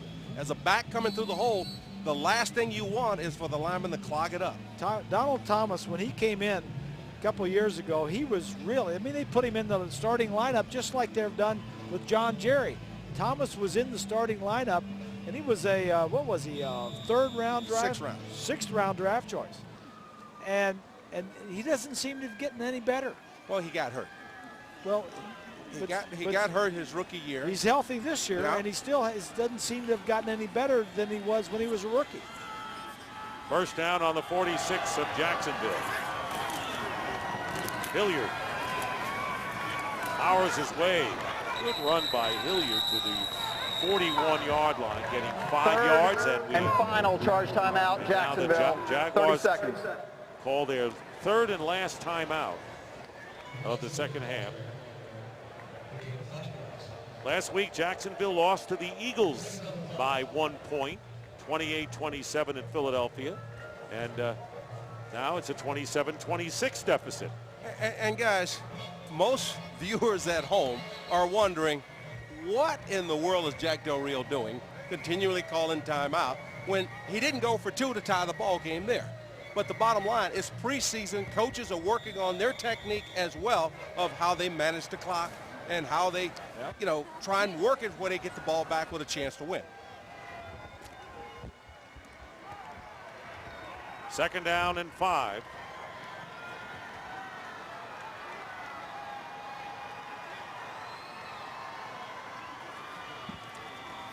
Fake handoff to Hilliard. Here is Thigpen trying to get away from the rush and having difficulty doing so. And Julius Williams That is the 2-minute warning. behind a loss of 2. 2 minutes. 2-minute warning. Dolphins leading the Jaguars 27-26.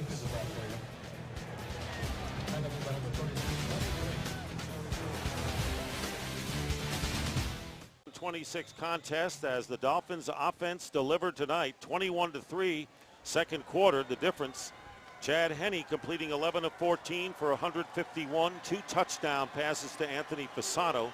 Chad Pennington came in at the end, 3 for 4 in that first quarter, and a touchdown pass. And this pass is caught at the 35-yard line by Roberto Wallace. And of course, the big play was 37 yards to to Brandon Marshall on the first throw from Chad Pennington. Biggest play, of course, was the 55-yarder pass and run to Pisano from Henne. Robert Wallace at 6'4", 225 pounds, reminds you a lot of Brandon Marshall as far as his size go. And that time he did a nice job of playing a little basketball, giving the quarterback the target, showing him his numbers, and keeping the defender on his back to convert the first down. Jaguars can't stop the clock, and so the Dolphins will take a knee and nail this game away. So the second straight win. And by the way, for those interested, that's going to be the 9th straight preseason victory for the Dolphins. And the last time they won 9 in a row was developing the years 1978 through 1980, when they won 10 in a row, and they have the opportunity to do that next week, Friday, against Atlanta. And who was the coach then? It was Coach Shula, and he put a lot of emphasis on winning in the preseason. So does Tony Sperano. A lot of other guys don't do that. And I think both of those coaches all believe that you play the way you practice. And if you're going to be good during the season, you need to be good during the preseason, if you want to call these practice games. Well, it took a while to get this game underway, and Jack Del Rio and Tony Sperano will meet at midfield. And after the delay because of thunder of nearly 2 hours, we got to play and we got to see Henne coming through this week, and Chad Pennington with a little flash before the end of the half. And the Miami Dolphins will take a lot of good things away from this 27-26 victory, as the Dolphins are now 2-0 this year in preseason. And we're going to have a lot more coming your way here on Dolphins coverage. So the final score, once again, the Dolphins 27, the Jaguars 26. And we'll be back after these messages.